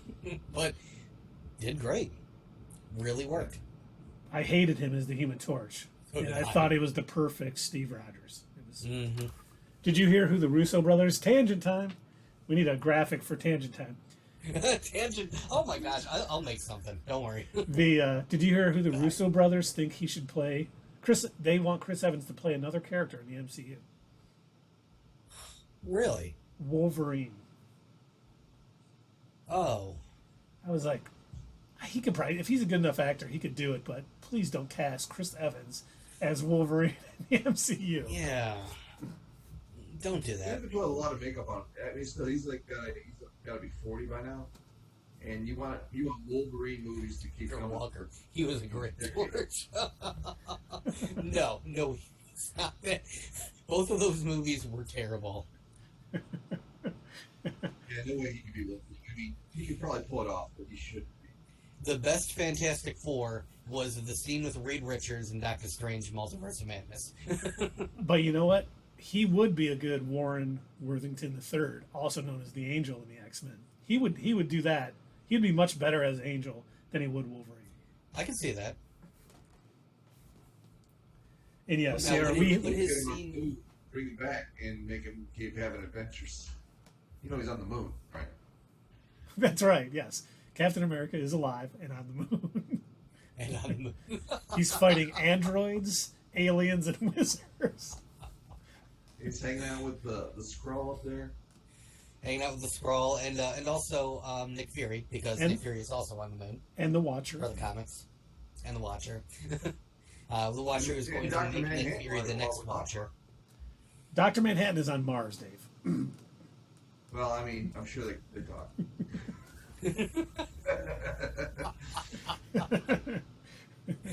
All right. Okay. Thunder Walker's saying you're wrong about the FF. The first one was a good movie. No comment on the second. The first one was okay. Second one was terrible. And the Fan-Four-tastic by Josh Trank was the worst of the bunch. See, the reason why I've gone back and I've rewatched those movies several times, and I just don't like what they do to Doctor Doom. I know. He's a much better character in the animated series, in the comics, and like every other appearance outside of these Fantastic Four movies. He's such a good character. I remember the very first time I got introduced to him was actually not in the comics. It was in the Spider-Man animated series, and that made me want to go read more about him because he was such a compelling character. And that's the thing. I think the first Fantastic Four movie, I like the cast. I can't think of Jessica Alba as the Invisible Woman, the dude from The Shield as Ben Grimm. They were all fine, but the fact that they screwed up Doctor Doom so bad in that movie, and then compounded that mistake with the Fan-Four-tastic, was just just blew my mind. I'm like, how can they get this so wrong? He's not that hard of a character to do right on screen. You know what? They just need a Doctor Doom movie. They do. And, Thunder Walker just said that. You can't tell Doctor Doom's story in 2 hours and have room for the FF origin. 100% agree. That's why I think reestablished. It needs to be the Mole Man, like it was in the original Fantastic Four #1, or something outside the line. And Doug's right. Doctor Doom movie himself, or have him show up and explain it at a later date. He has to show up as Doctor Doom and not, have cosmic rays turn him into that, because that isn't how he does it. You can establish he went to school with him. Namor would be a great one for the first Fantastic Four. I mean, and it's funny because Atlantis Attacks, that's also would be excellent, but I think we might get that in Wakanda Forever, because all the rumors about Namor showing up in that. But here's a question. We found out yesterday that Marvel Studios is showing up at San Diego Comic-Con this year for the first time in like 3 years. And in my first thought, they said they're huge news. And my first thought was the next Avengers movie will get a title. Because I do remember like when they announced, Avengers Age of Ultron, all that other stuff. They like to do those big announcements like at the San Diego Comic-Con. Do you think we are going to get Fantastic Four director and maybe cast? Unless, it'll be it's a little less than a month away. I believe it's July 21st or July 22nd through the 24th. And do you think they would refer to that as a big announcement? Yes. Oh.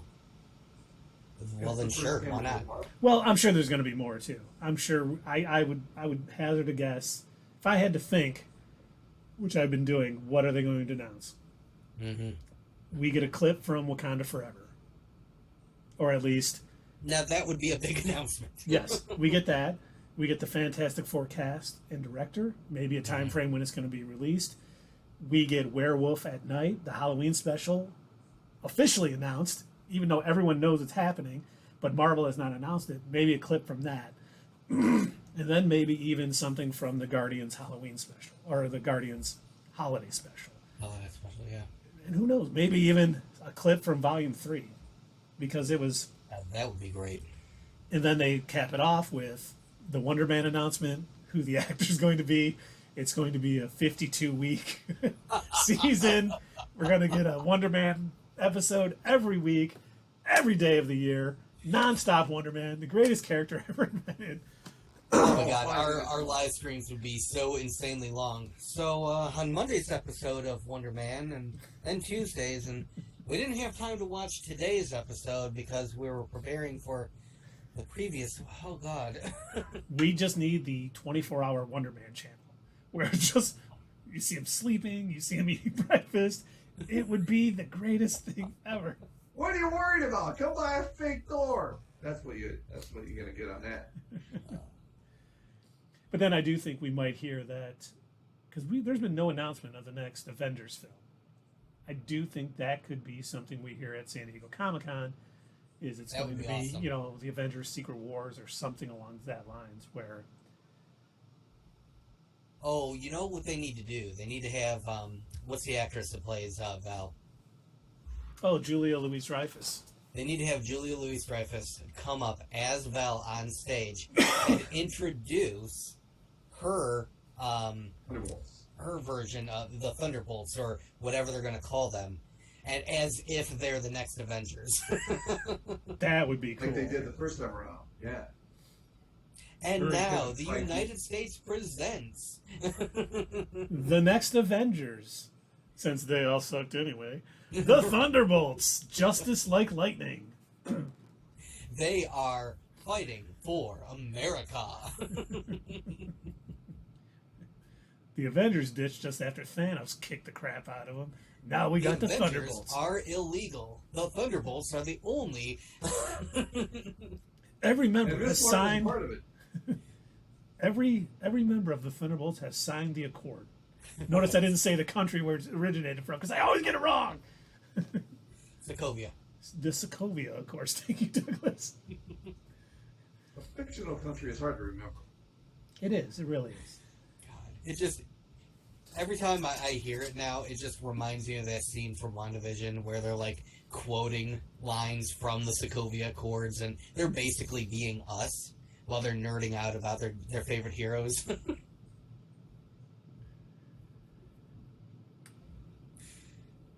Chris Evans Was that is going covered to Miss be. Marvel? Not that we really talked about it. I think we've talked about Miss Marvel for 5 minutes.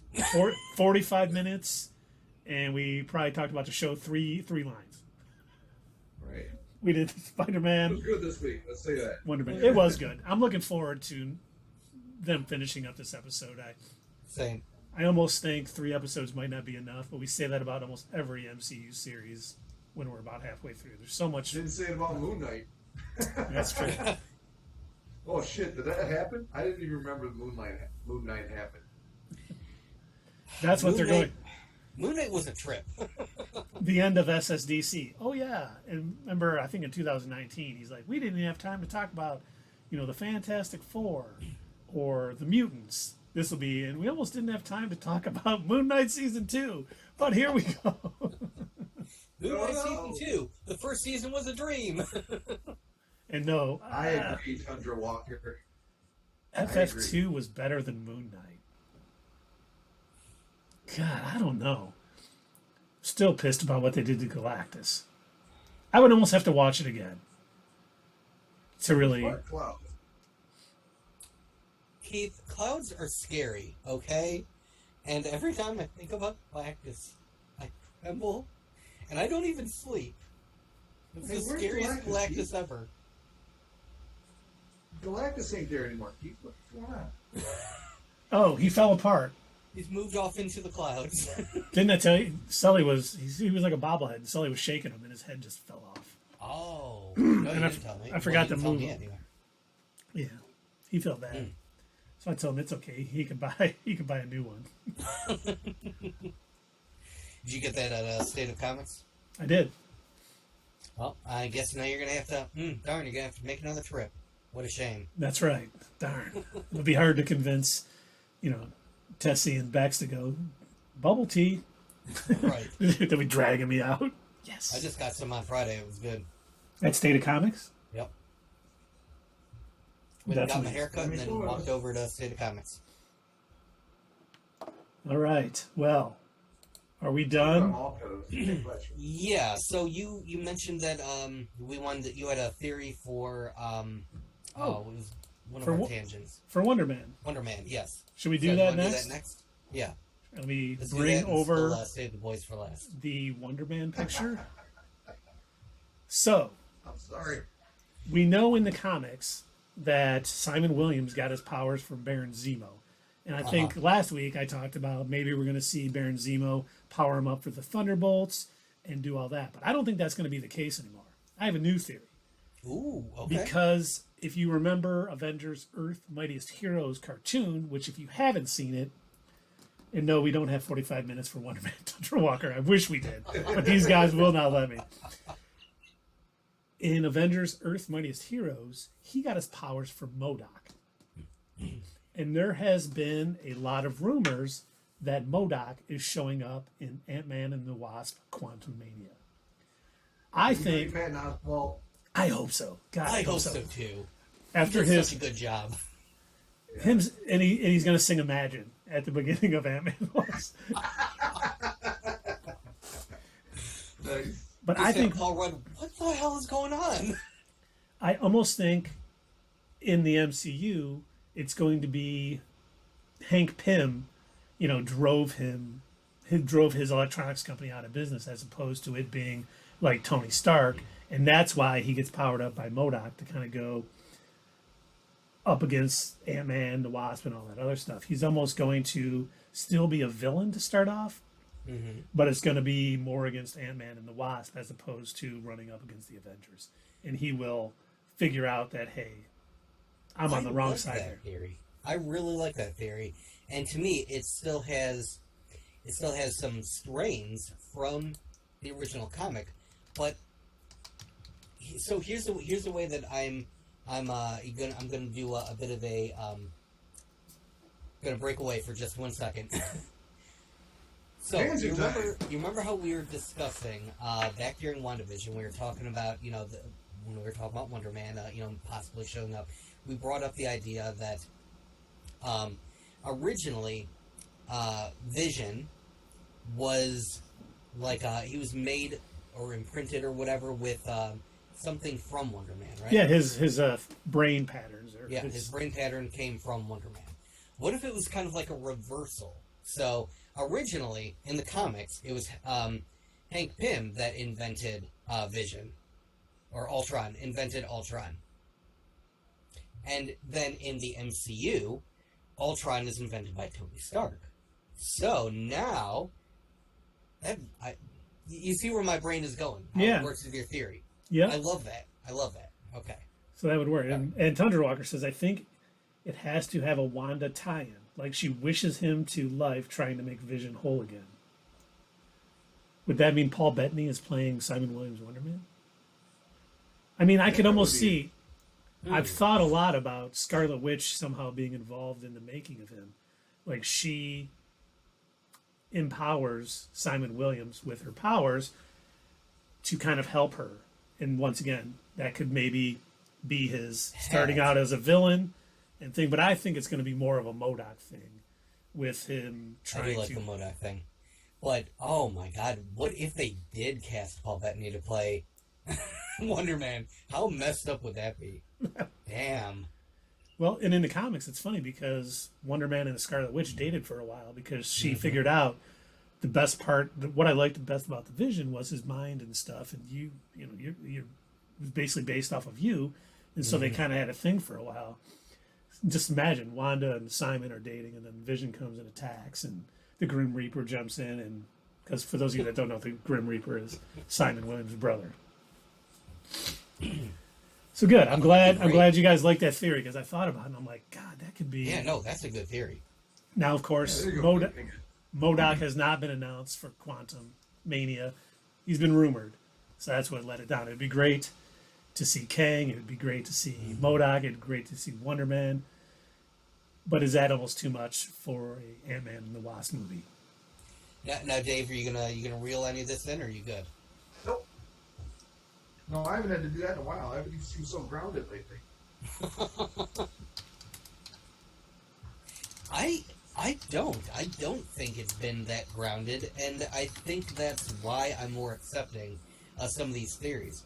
Marvel seems like they're okay with just letting their freak flag fly, and they're like, yeah, everything is aliens and space and magic. Who gives a shit? And you don't want to pump the brakes? Guess what? Genies are real now. Oh, okay, cool. Nice, sweet. I can't wait to see how that plays out. Yeah. And the funniest is, we were talking about this earlier. Once again, to go off on it, we should never go off on a tangent when talking about Wonder Man, but we will. Tangent time. We were talking, Tundra Walker, Sierra, if you're both out there, 2 characters from Thor: Love and Thunder are showing up that are not Guardians of the Galaxy are showing up in the Guardians holiday special. I'm glad I had to add that because you were right, Dave. You're like, who are Guardians? And if you guys have any guesses, feel free. But why they are showing up, according to Chris Pratt, is Taika Waititi kind of played it as a prank on James Gunn. Like he ended the movie with this, so it had to be either in Volume 3 or the holiday special. And Chris Pratt is like, you're not supposed to do it. It's against the rules, but he goes, I guess Taika Waititi plays by a different set of rules. Gamora is a good guess, Sierra, but it is wrong because she is a Guardian. I'll tell you because we probably don't have time. I don't know if My Tundra first guess actually. Oh, I'm sorry. Go ahead. Yeah, no, go. Say your first guess. No, my first guess when you sent that, I was Groot, and I was like, wait a minute. Of course he's going to be on there. And then I had to ask. And so I thought Jane Foster and Sif. Obviously, that's wrong. You haven't revealed it. Yes, for those of you waiting with bated breath, we'll be right back after this. No, I'm just kidding. It is actually Tooth Grinder and Tooth Gnasher, the huge giant goats that you see in some of the trailers and stuff. Somehow they end up with the Guardians at the end of Thor: Love and Thunder, and James Gunn has to deal with it in the holiday special. Oh, that's hilarious. And I think that's absolutely great that for whatever reason, Taika Waititi was just like, yeah, I'm giving this plot that he has to deal with. It's funny. I want to see how he handles They're it. flying around the universe with goats aboard their ship. That is the kind of director rivalry we need. Little inside jokes like that. Yep. Yeah, I'm sure James Gunn can handle it. How great would it be Peter Quill trying to choose his destination, and then a goat head just kind of like goes over his shoulder. Is that Vader rebuilt? Or they're having The a other serious goat is chewing on Groot. they're having a serious moment, and all of a sudden you just hear, ah! The goat screaming. Okay, we have to sneak into the villain's lair. Very quiet.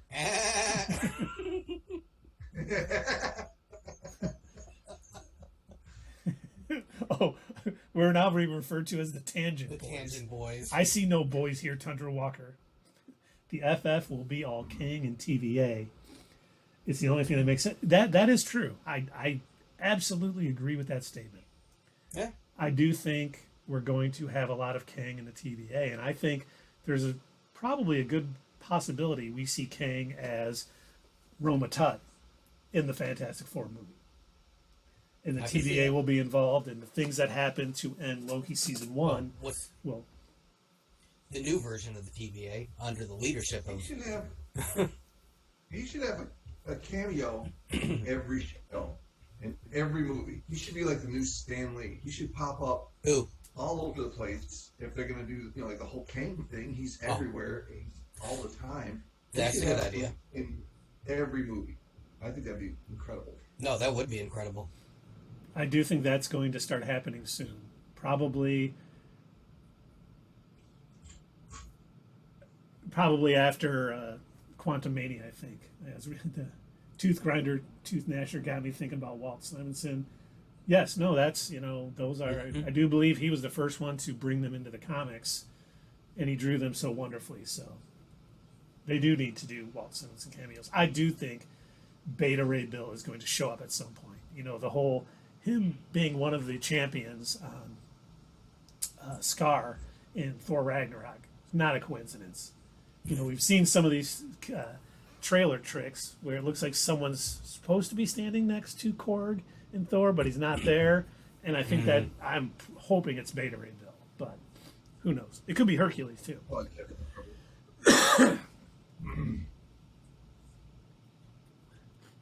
Yeah, Thor and FF were, I think Jason Aaron's Thor was great, but I think Walt Simonson's Thor was the best. I don't know about Walt Simonson's FF being the best. It was definitely great, but I mean, Burns' run on the FF was great. Oh my God, the dude writing the X-Men now. I can't think of his name.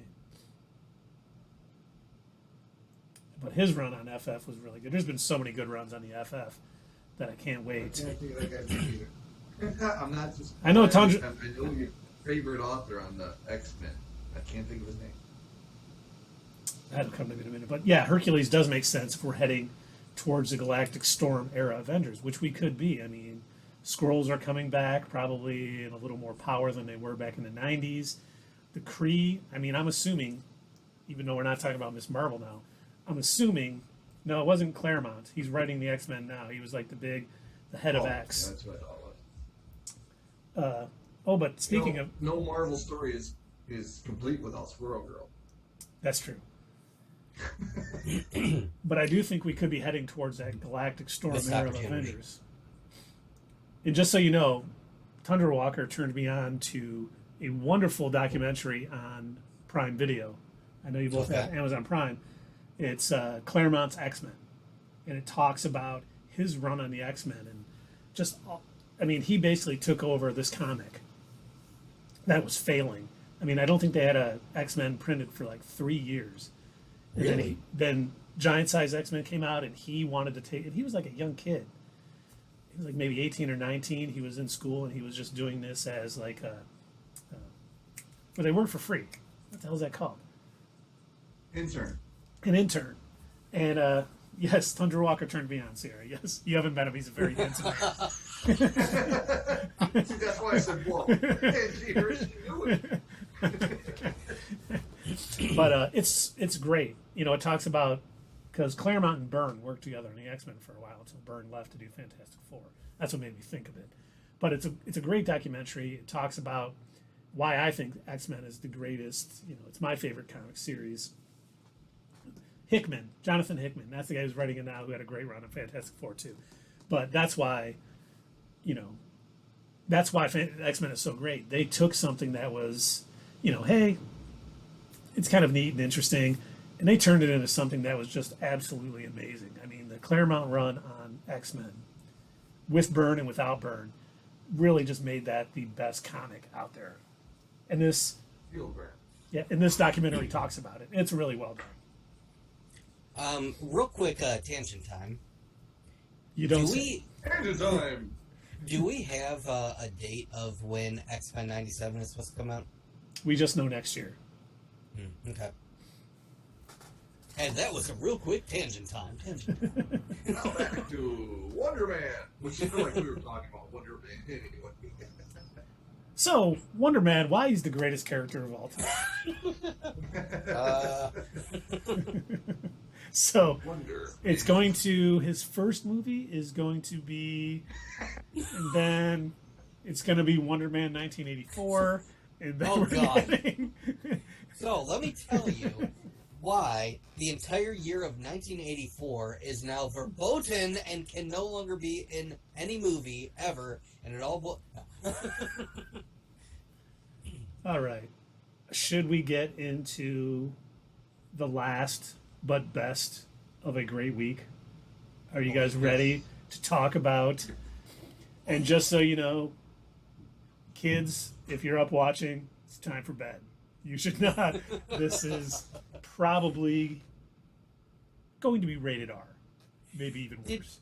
Did you like that they opened the episode with a little disclaimer, kind of like in a similar vein to South Park? Like, look, this is going to be super offensive, but it's all CGI, so like, just stop, stop complaining. I like how they were like, you know, kids or whatever shouldn't watch it. Honestly, no one should be watching this. Herogasm. Which started out perfect with them skewing the Gal Gadot Imagine, you know, video on Twitter and social media. That was just perfect. I busted out laughing as soon as they did that, and it was because, like, as soon as they started doing it, I'm like, oh my God. They're pulling from reality. They're pulling from reality perfectly. This literally happened during the beginning parts of the pandemic, and I remember everybody saying, this is so ridiculous that these actors and actresses are getting on screen singing Imagine while people are dying around them, as if that's going to cure anything. And then The Boys fits it in perfectly. And I'm like, thank you. All and right. Tundra Walker says the dripping logo takes on a whole new meaning after Herogasm. Oh, absolutely. God, it does. Oh, it's so gross. Gross. Oh, I don't know who milk. I was gonna say I don't know who I feel more sorry for: Mother's Milk, who, well, splooged on, was slimed by that one dude, or Frenchie, who always wanted. It was great that both Mother's Milk and Butcher were both like, Frenchie's gonna be subsidized business. Yeah. Even though they weren't getting along, they're like, Frenchie's gonna be mad he wasn't here. Oh my gosh, that wow, what an episode! Oh yeah, it just seemed like a season finale to me. It was so good. I was gonna bring that up because Dave had said he was the first one to watch it on Friday again, which makes me mad because it dropped Thursday night at 9 p.m. I probably could have watched it before. Which I didn't even know. I didn't either.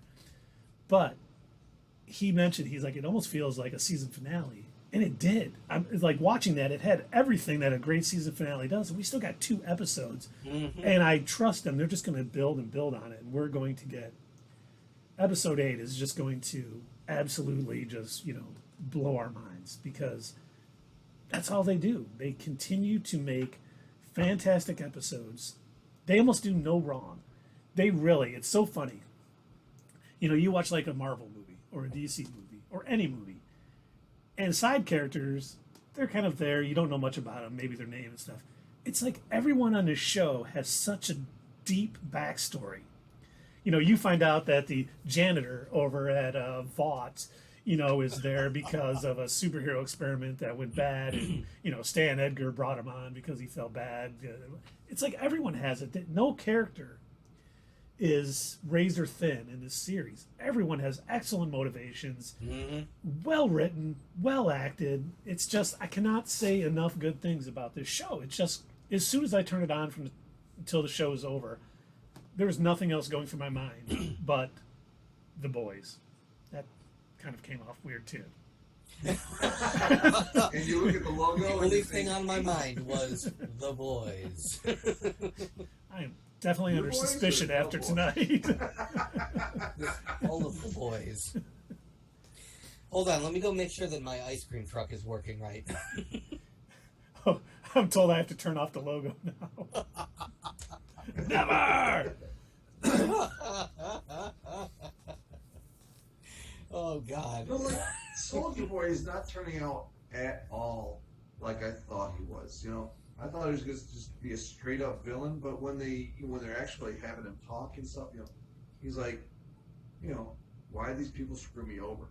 And he's not like, he's getting along with Butcher and Huey. He's not confronting them with everything he says. Yeah. And then when Butcher tells him, all right, we got to go do this, he's like, all right, let's go do it. He's involved. So is he just going to be like a Deadpool character, or like an anti-hero, or is he going to be is he going to pick a side? I think he's going to be dead at the end of this series. Now, did anyone else pick up that an episode called Herogasm kind of ended almost on a sex joke? Because the fact that Soldier Boy kind of blew his load taking out the TNT twins, he couldn't perform again against Homelander. I didn't even think of that. Wow. Yeah, I didn't think of that either. I was like watching it, I'm like, oh my God, they just did that, didn't they? He couldn't, too soon from the last time. He couldn't get it up and finish. What would have made it even better is if he would have looked at him and said, this doesn't normally happen. I love how Homelander was so holy shit. He looked scared. I think that's the first time I've ever seen Homelander actually look like, oh my God, I'm not guaranteed to win this fight. I think it finally knocked him down a peg or two, where he was like, oh, okay, maybe I'm not as invincible as I thought. And he was more scared of Soldier Boy before, he even knew Butcher had powers, Yeah. I was gonna say his reaction when Butcher hit him with the eye lasers was just perfectly executed. What the? Then Huey having powers, he had to regroup, and I think it's gonna go back to allow what Stan Edgar, told him when he left after the thing. What is with his teleporting powers instantly removing clothes? What the hell? Well, because his body teleports. but it can't keep clothes on. The clothes stay where they're at. I guess. Yeah, even when he did it with When he Starlight, took he Annie. took her clothes off. Yeah. She's like, "What the hell are you doing, man?" Can I just say that my favorite character is still Black Noir, and I could not stop laughing when he runs into the elevator, digs into his wrist, pulls out the tracker, just hands it to the person. She's just like, "Thanks." Like, what Yeah, the it's just hell like, has oh. to do with this? I mean, it's just like so normal for him. Now, Yeah, now I have we're a just question like, about alright. that.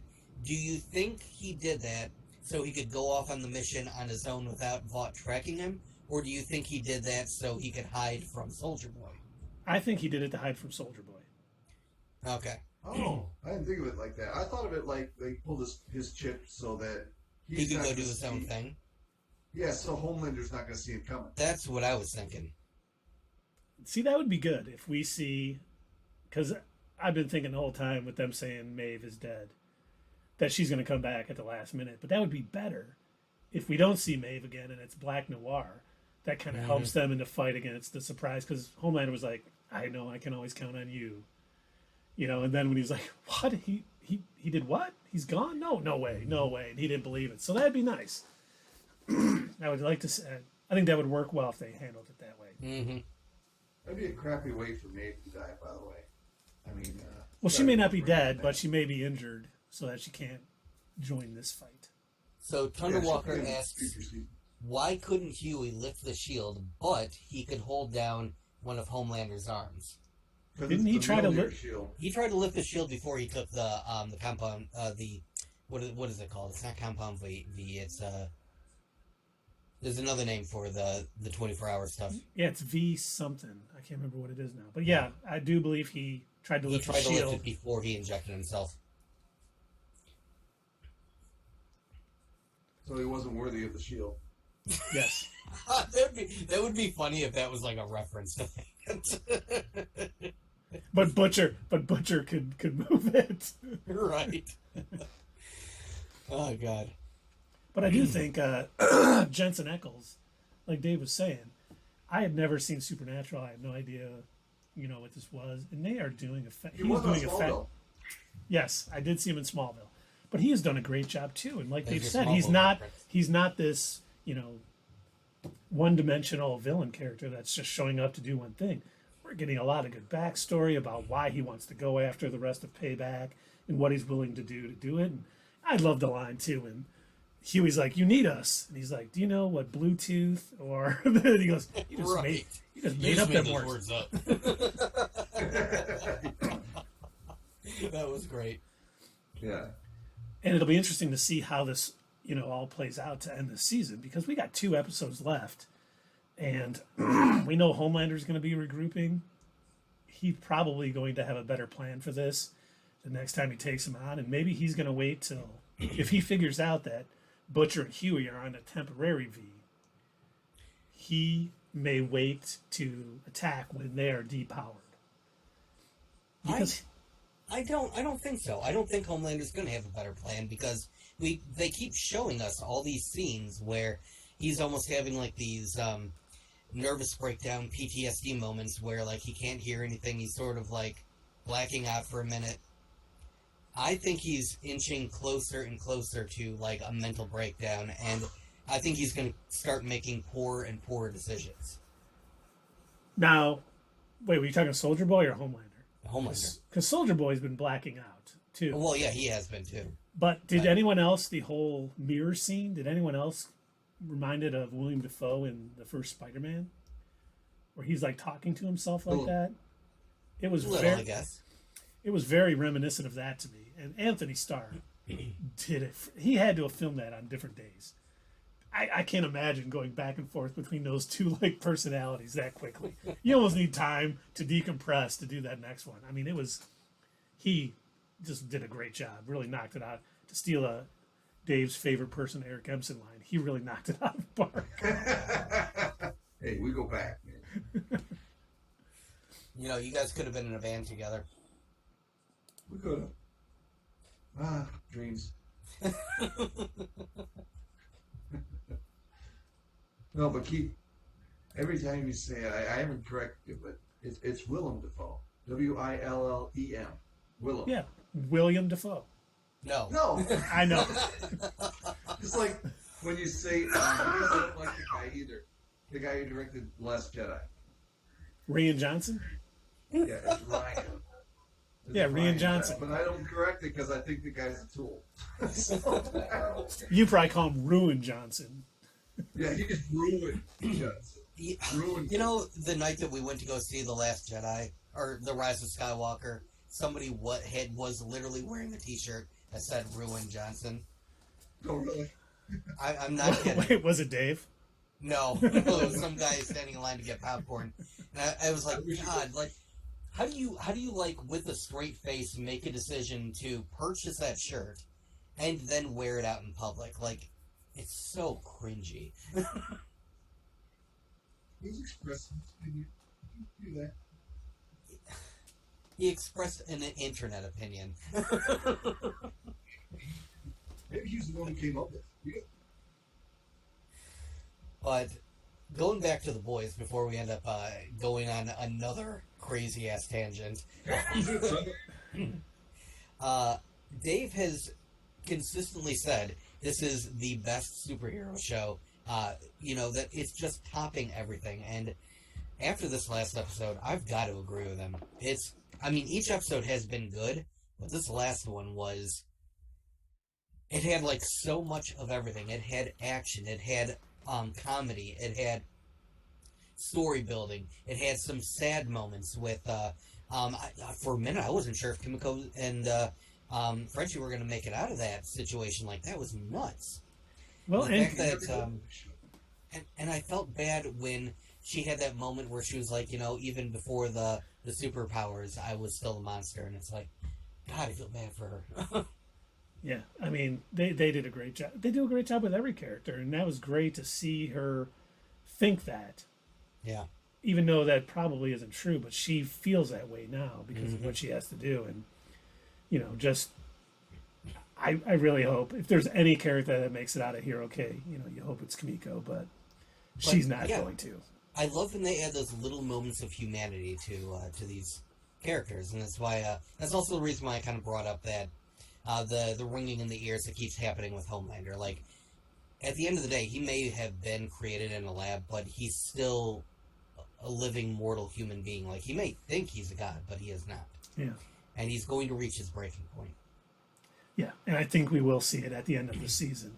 And like they said, he goes off the deep end. He could kill millions and millions. Mm-hmm. I don't know if they're going to go that far, but I mean, there's definitely going to be. I can't wait to see the final battle of this season because it's going to be, just the fight here was just a little precursor, a little setup for that final battle, and I think it's going to be nuts. And I think. Do you guys think because this series they don't seem to be afraid to pull any punches? Do you think they'll do a 9/11 to Vought Tower? You think they'll have Homelander like fly into it with Butcher, like both of them flying into the tower, bringing it to the ground, and just like a horrific, people are dying everywhere, dust is everywhere? Or do you think that'd be too far for the boys? As long as it wasn't a terrorist flying a plane into it, I think they would do it. I mean, they did that in Man of Steel with Zod and Clark. I mean, flying through millions of buildings, causing millions of dollars in damage and killing people just so they could have a fight. Remember, that was Wayne Enterprises. That's why Batman wanted to murder. Remember that awesome plot point? Oh, sorry. Tangent time! Why Batman versus Superman sucked? That was another plot. The plot twist that was also made this show great, where the fight scene with Homelander at the end. And the thing about those fights, usually whoever loses that fight, but they come back and win the next one. Mm-hmm. So Homelander would win this next one, and that could be a great season finale, cliffhanger, if he does. That was, you know what? I didn't think about that, but that would be an interesting way to go into season 4. Because I think I've thought this whole season, okay, this is the last season with Anthony Starr as Homelander. But man, if he comes back and beats Soldier Boy, Butcher, Black Noir, anyone else who joins that fight, he is going to be intolerable next season, and that could be great. I also need them to, at some point, reveal that the 24-hour Compound V is doing something terrible to Butcher and Huey. Butcher. Well, remember, Huey had blood in his ear. Yeah, exactly. So I think we are going to get that. They've kind of hinted at that a little bit already. Mm-hmm. Like, I mean, I hate to say that I would hate to say that something terrible would happen to the people who are supposed to be the protagonists of the series, but, you know, they said it's untested, so. Yeah. You know, they do. It's so funny because, you know, we didn't even talk really about The Deep, who I thought had a great episode. Oh, God. This episode. Oh, that octopus. God. But it's so funny because whoever is running The Boys' social media is freaking phenomenal. Everything is viral with them. I don't know if you guys saw, but on Twitter the other day, they had like deep thoughts with The Deep. And I should have saved it. I wish I could remember it because it was like, do you think the ocean would be deeper if there weren't sponges in it? And just, you know, shit like that. And I'm just like, and it's great because like Vought News Twitter will tweet something like that, and then The Boys will like trash it. And I'm just like, God, they do no wrong. Their viral media is great. The shows are great. Every actor on it is great. It's like remember last week I said there was some negativity about The Boys on Twitter that I was going to talk about, and then I totally forgot about it. Okay. And it's pretty much Marvel and DC fans, these people who are just everything MCU is great and everything else sucks, and like the Snyder bots from Thing, they're like not liking the show. They're like, okay, it's satire, but you know it couldn't be done without the MCU or the DCEU, and you know they owe it. It's like, well, of course you can't do satire on something that doesn't exist, but that doesn't mean it's not great in its own right. I mean, this show is just one of the best out there now and maybe all time. You know, when this show ends, if they land the ending, this will probably be one of the best superhero shows ever on TV. Yeah.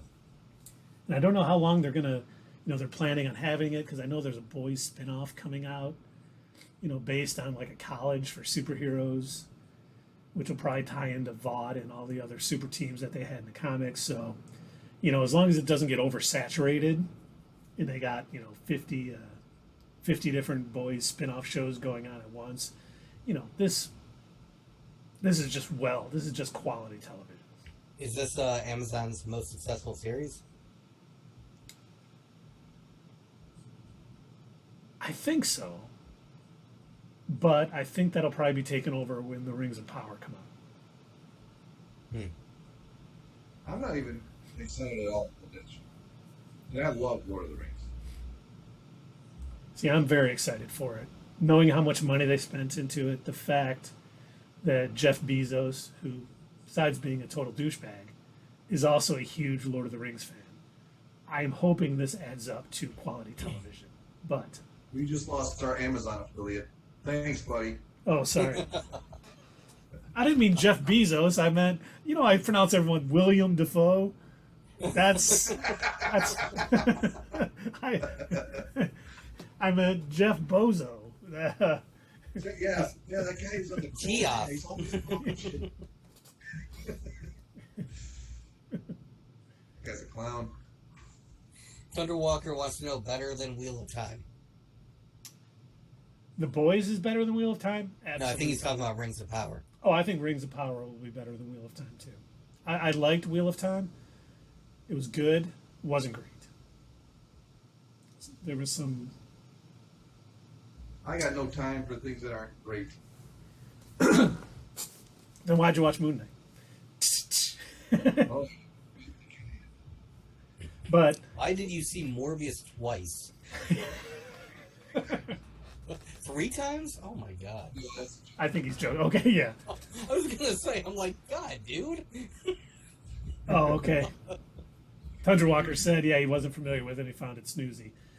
Oh. The books were very long and had times of slow periods that even I thought was a little too slow. And I think you all know that slowness doesn't bother me too much in movies and books. But they seem to have captured that on the show. There was times where I'm like, oh, dear God, they really don't have to go into all of this. This episode could have been, 42 minutes instead of an hour and 10. They just could have cut out some of the fat.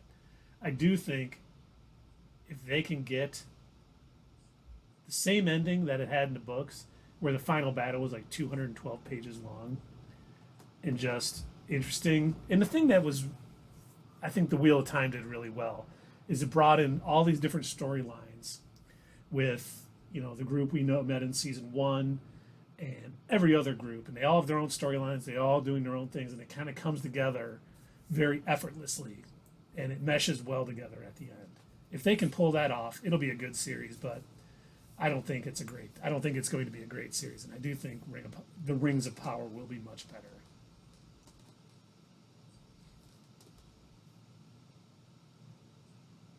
All right. Did everyone? Oh, I thought you guys froze for a minute. I was like, I'm looking over at my.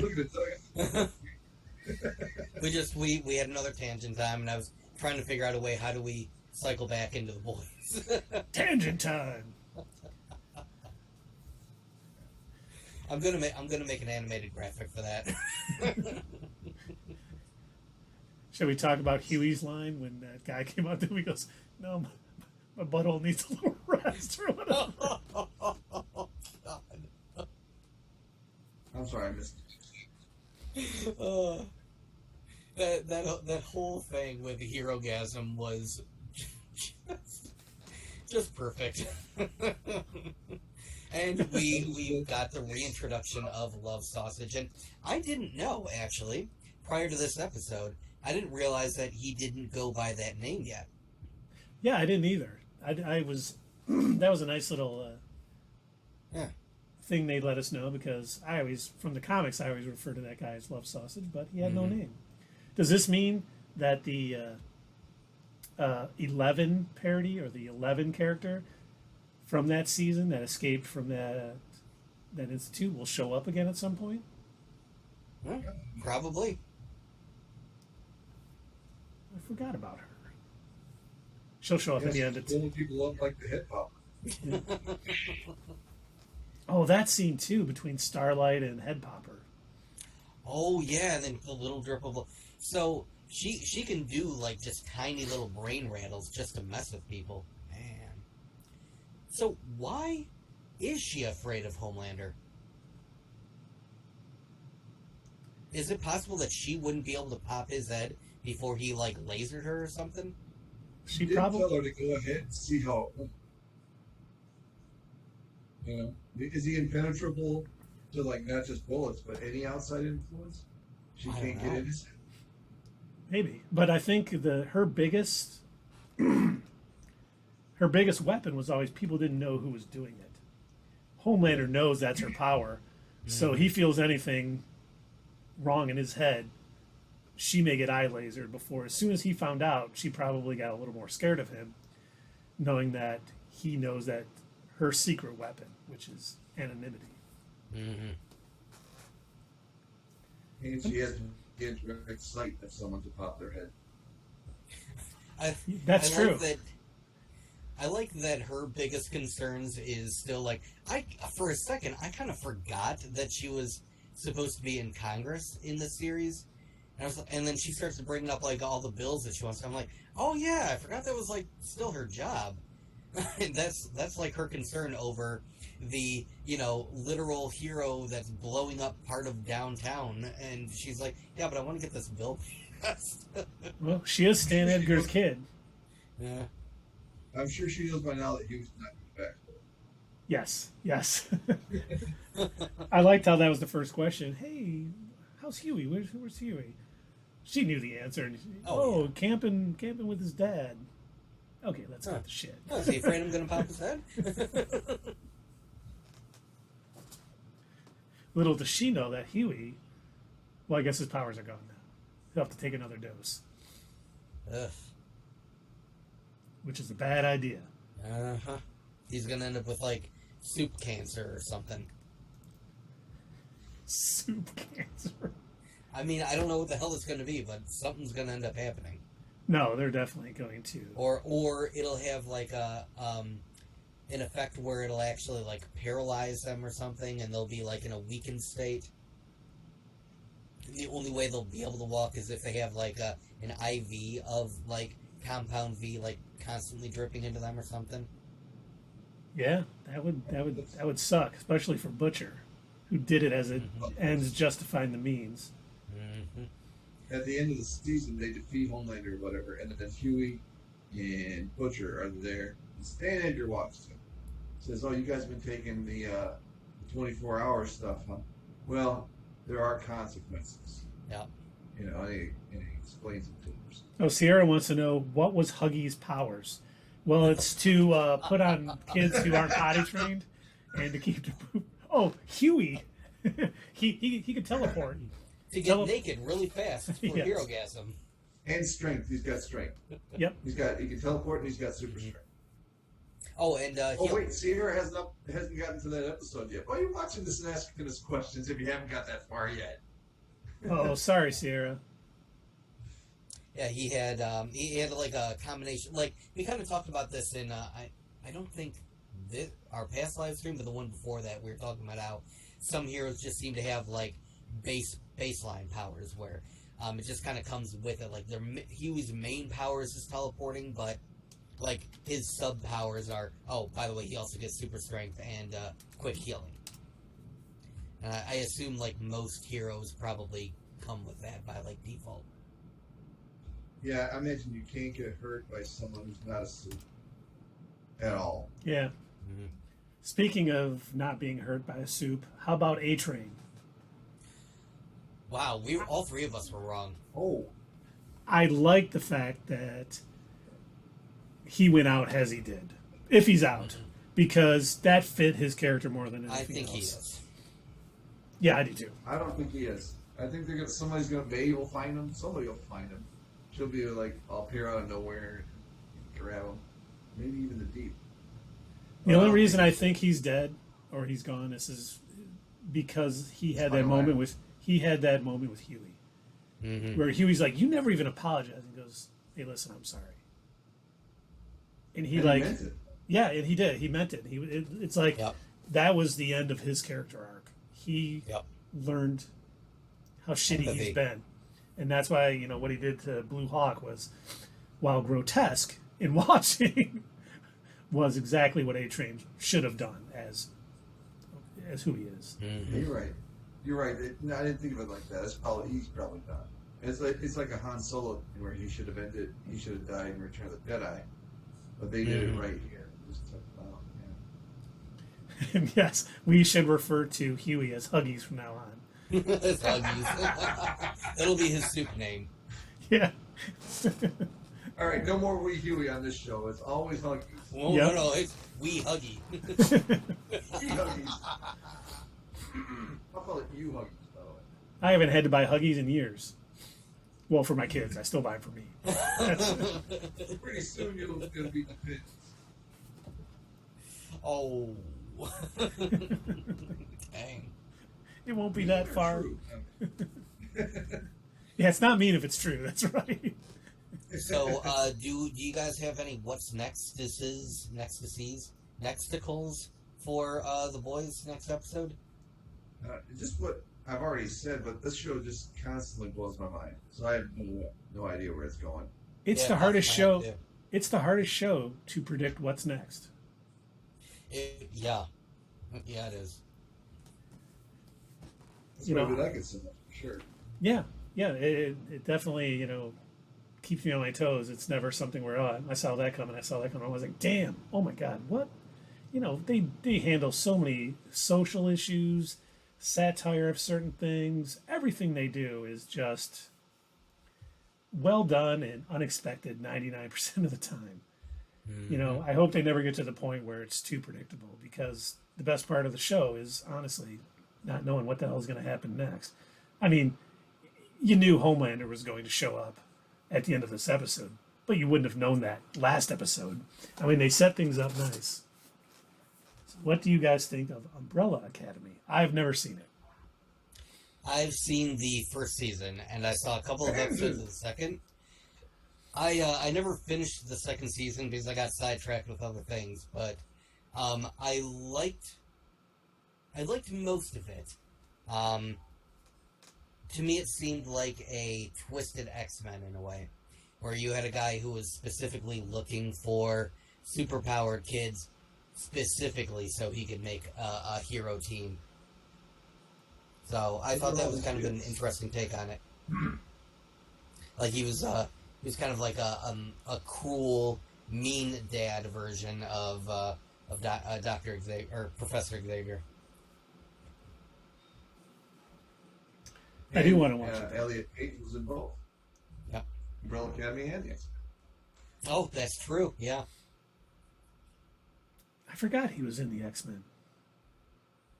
Watch the last season. I got to finish watching the second season, but yeah.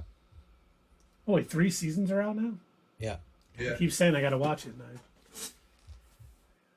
Yeah, I do need to finish it, because I did kind of like the way the first season left it on a cliffhanger, and so I was like, oh damn, okay. All right. Well, by the way, Sierra, our question of the night was, if you could do a Star Wars show, any character, any time frame, what would it be? If you would like to answer that. I don't know. Did Thunder Walker give us an answer? He didn't. Oh.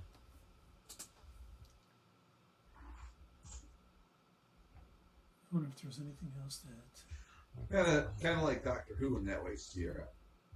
If you watch the old Doctor Who, the effects were so bad, but the story was so good. You just kept watching it. Like, you know, the Daleks back in the 70s. Are you kidding me? That was just like terrible. But the show was so good that you just kept watching. The Cybermen were always my favorite. Lucky for you, Sierra, they just so happened to make a series about Obi-Wan. Go figure. She didn't say what time frame. She wants to see Obi-Wan when he's with his family, before he was taken by the Jedi.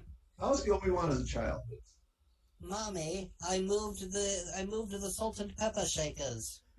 Come here, let's get your midichlorian down. No, he walks in. Obi-Wan training to be a Jedi. He like walks into his parents' room while they're hero-gasming. And he's like, hello there. Hello there. Yeah, you notice they had to get that into with at the end with Luke. Well, hello there. It's like, oh, come on, dude. Well, come on.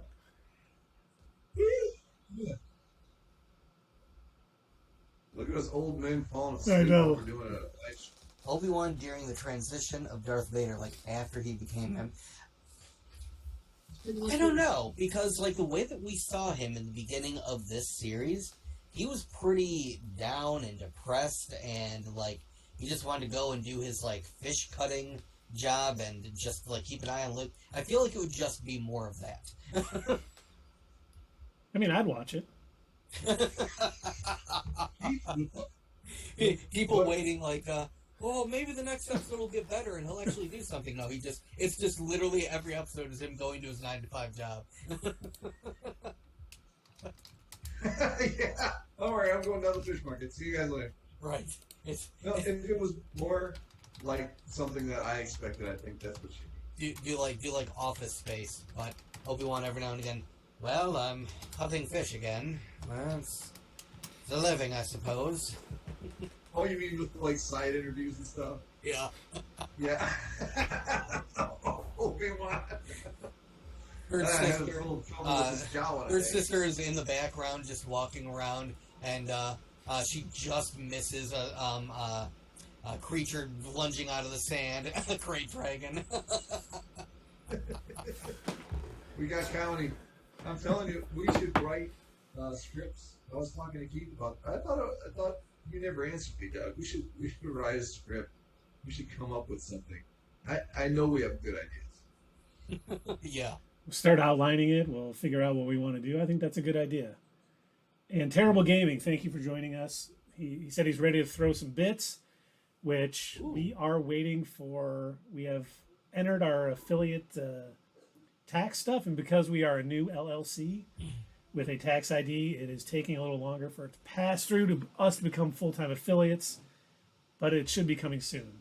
It said 3 days, and it's taking a little longer than that, and I hit the here if you have help, and they're pretty much, we can't do anything about it. But keep waiting. I was like, oh, great. Terrible Gaming, how'd your stream go? Looked like you were playing The Sims for a while. Did you, were you doing that the whole stream? He was probably on Sierra is another solo movie. I'm down with that. I'd be down for that. Yes, that'd be dope. Yeah, that would be. I'd watch that. And I know Terrible Gamer had some illegitimate kids in The Sims, and he might have been on the Maury Povich show trying to disavow them. Wait, you played a game the whole stream? Who is that really? That's not Terrible Gamer.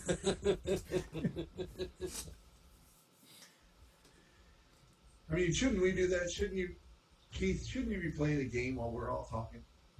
Well, just so you, it's nice segue, Dave. I like that because Tuesday, the Mighty Thor DLC comes out for the Avengers game. Ooh. So I was thinking maybe Wednesday night having our first video game play stream. I can't do it Tuesday night because I got a board meeting for the association. But maybe Wednesday night do the Mighty Thor Avengers live stream. Let's play. Yeah, let's play. There you go.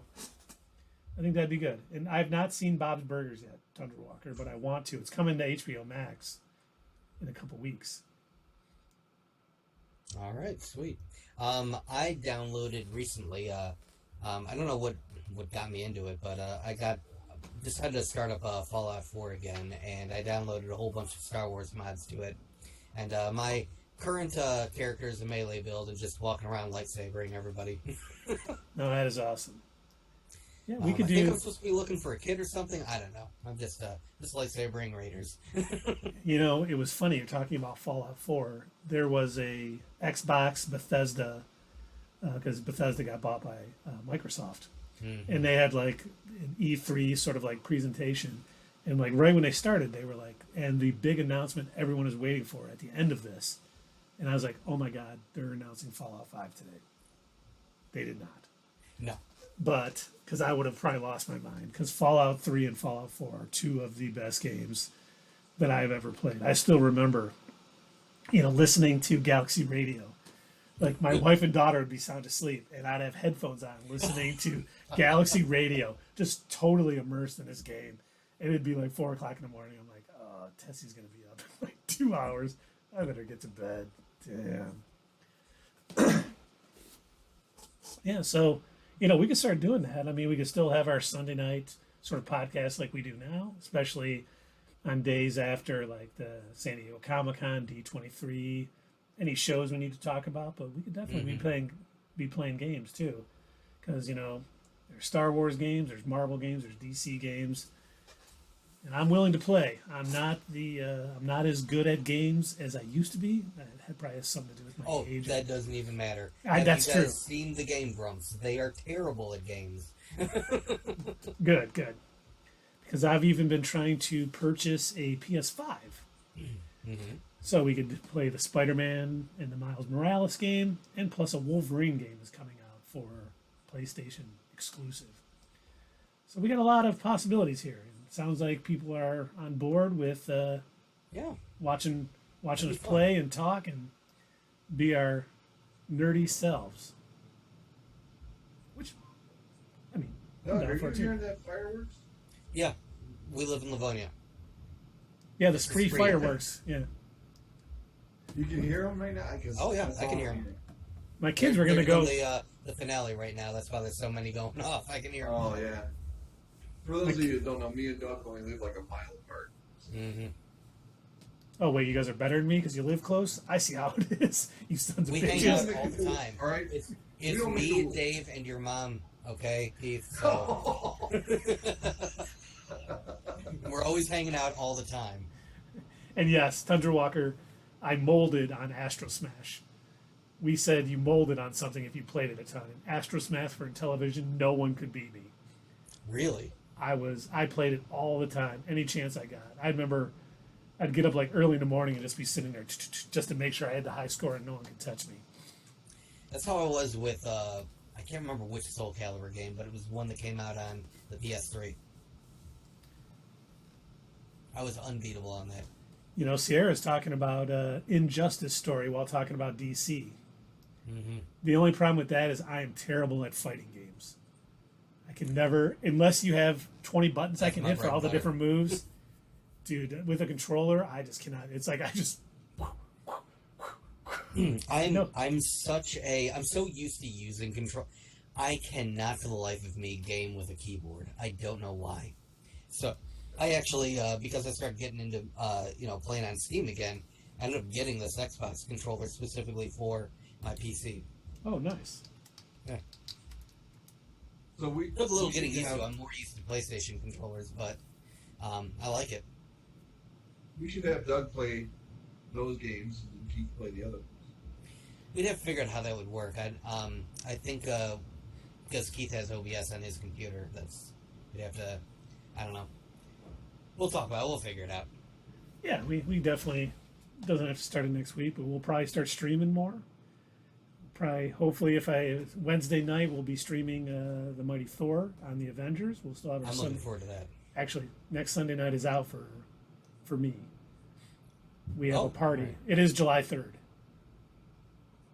Yeah, 4th of July weekend. Yeah. So Maybe Saturday night or. Well, we'll figure it out. I don't know if you have a gig or I'm at a anything. wedding We Saturday. can just watch the entire story without playing it. Oh, but someone has to beat it first. You may have to beat it for us, Sierra, and then we can watch the story more. Sierra, do you have OBS on your PC? Yeah. We'll just broadcast through her next time. Right. Well, we did say we were looking for another person to join our stream every now and again. Yeah, absolutely. I welcome anybody who's interested. Oh, Oh, I'm out of stuff to drink, man. Oh, hold on one sec. well, we don't have much longer to go. No, we really don't. Almost 3 hours. Let's see here. It is, wow. Yeah, we've been ending like around 11 the past couple of times, I'd say. Yeah. And we're old. At least me and Keith are. Here, I do actually. Oh, you. Oh, no kidding. Okay. Well, how do you do? Well then. All right. We'll have to talk about that more in depth. Yes. Get Sierra on our screen. We could always use it for it. Do you got a camera or is it just the camera on the PC? Do you need a camera? Answer me. Well, there you go. Oh, she's got a All camera. right. Okay, so does that mean that we found our first employee? I mean, co-host. You read what Keith read what Sierra put in the last 4 entries. Let's see. Took me a day. I do actually. Something popped up, Keith. It's moved now. Yeah, it's moved now. It'll be gone in a sec. Well, there you go. Yes, sir. I'd say so. What is that in response to? She's going to join our stream? We were talking about she does have OBS on her computer. Oh, wow. Nice. Oh, Yeah. very good. So she We can were play a talking game. about how Oh, maybe we could bring her on as a fourth every now and again. I am down for that. Yeah. The more the merrier. Always good to have a few other nerdy opinions other than the 3 old white guys. We do. We definitely do. Let me tell you about back in my day when Spider-Man was good. In my day, we wore onions on our belt because that was the style at the time. See, we could fix our mistake when we didn't have a sound in the warehouse. Yeah. That is true. I still feel bad about that. All right, well, Anything else, gentlemen, before we call it an evening? I don't think so. Dave and I kind of mentioned when you got up that I think we pretty much covered all of our points, unless, I don't know. Do you have anything else, Keith? No, that's... I've said everything I had to say, or wanted to say. I did too. I have run out of... I have Herogasmed out. I need to kind of turn over and sleep, maybe smoke a cigarette, before I can talk about the next episode of The Boys. I think Tundra Walker is auditioning for a role, too. In my day, Cap was Bucky. Captain Marvel was a dude. Ultron was created by Hank Pym.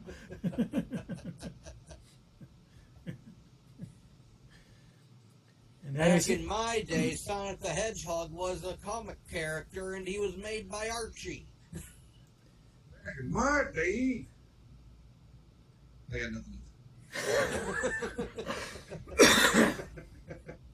Well, on that note, thanks everybody for watching. We will see you Wednesday night. We will see you sometime next week. Ask me about Wonder Man's many costumes. So help me God, if you say the freaking sport coat costume is your favorite, I am ending this stream right now. The one made by Beast was best. Was that the one in the Uncanny Avengers one?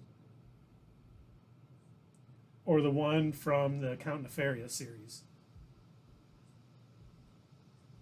And you mean alternate between like you and Tundra Walker, Seer?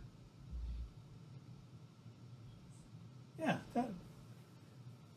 I know. I asked Tundra Walker when we. That was the Christmas tree one. Yes, the Nefaria one. Is that the one you like best, or is it the Beast one, or is the Beast one the black with the red? You know, we talked about it when we were going off on a whole Wonder Man thing during WandaVision. There was like an entire half of an episode where Keith was going on about Wonder Man's costume that he hated the most. And it is the worst. Oh, the Nefaria one was made by Beast. I do like that one. Yeah, he destroyed he had it for 2 comics and then it was destroyed. And then they went with the sport coat look, which is the worst. The sport coat. It is. Maybe next stream I'll bring up all of Wonder. I have a picture with all of Wonder Man's costumes, and He's wearing all those costumes too. By the way. Oh yes, that would look great. What if that was the next In Focus video? It's literally just about Wonder Man's costumes. Actually, our next In Focus is probably going, and I feel bad. I have 2 videos to get out soon. I need the giveaway. Oh, right. For, oh my gosh! For Miss Marvel, which I have not done. Weeks. I know. Yeah, we're 3 weeks into it. It's been a crazy week at work, which I won't go into. And I also I've been putting together Gore the God Butcher In Focus. I got tons of picks from the first 12 issues of Jason Aaron's run with the God Butcher series. So that's going to be coming too. I just hope this week at work is not as busy as last week, because last week was nuts. So cool. On that note, everyone have a pleasant, peaceful Sunday evening. We will be in touch with Sierra and Tundra Walker about possible co-hosts. I know Tundra Walker said he's more of a writer. We will have a Nova In Focus, Tundra Walker. Oh, yeah. We're just going to, a little closer to when a show is announced. That is the big story at San Diego Comic-Con. Dick Ryder, Nova. Oh, and I would appreciate that. I would like some help with the Nova In Focus. That'd be good. Brian was, or Tundra Walker, growing up, had every Nova comic almost. So Terry Crews is a Nova. That'd be great. Oh wait, he is for real? Was he in Guardians? Huh. That'd be hilarious. I'd Yeah, love to see that. I would be down for that too. Mm-hmm. But cool. Everyone, we'll hopefully see you Wednesday night with me trying to beat AIM with the Mighty Thor. Mm-hmm. Yes, he was in the... Hey, he's in the Guardians ride. That's right, at Disney. Do us a favor. Share our channel with a bunch of people you know. Put it all over your social so we get a whole bunch more people joining into our chat next time. Really helps us out. It really does. Really good viewing tonight. Mm-hmm. As you can see, we absolutely love interacting with you all. Makes the stream a lot more fun. It certainly does. It makes that's why we came over to Twitch for the conversations. You know, we were on YouTube for a long time, still are, but it's much nicer here where you guys can interact with us live and have good conversations, hear your views, set us straight on some things, and do all the things we need to do. But it is late. I am old and tired. So good night, everyone. Thanks for tuning in. We will see you soon.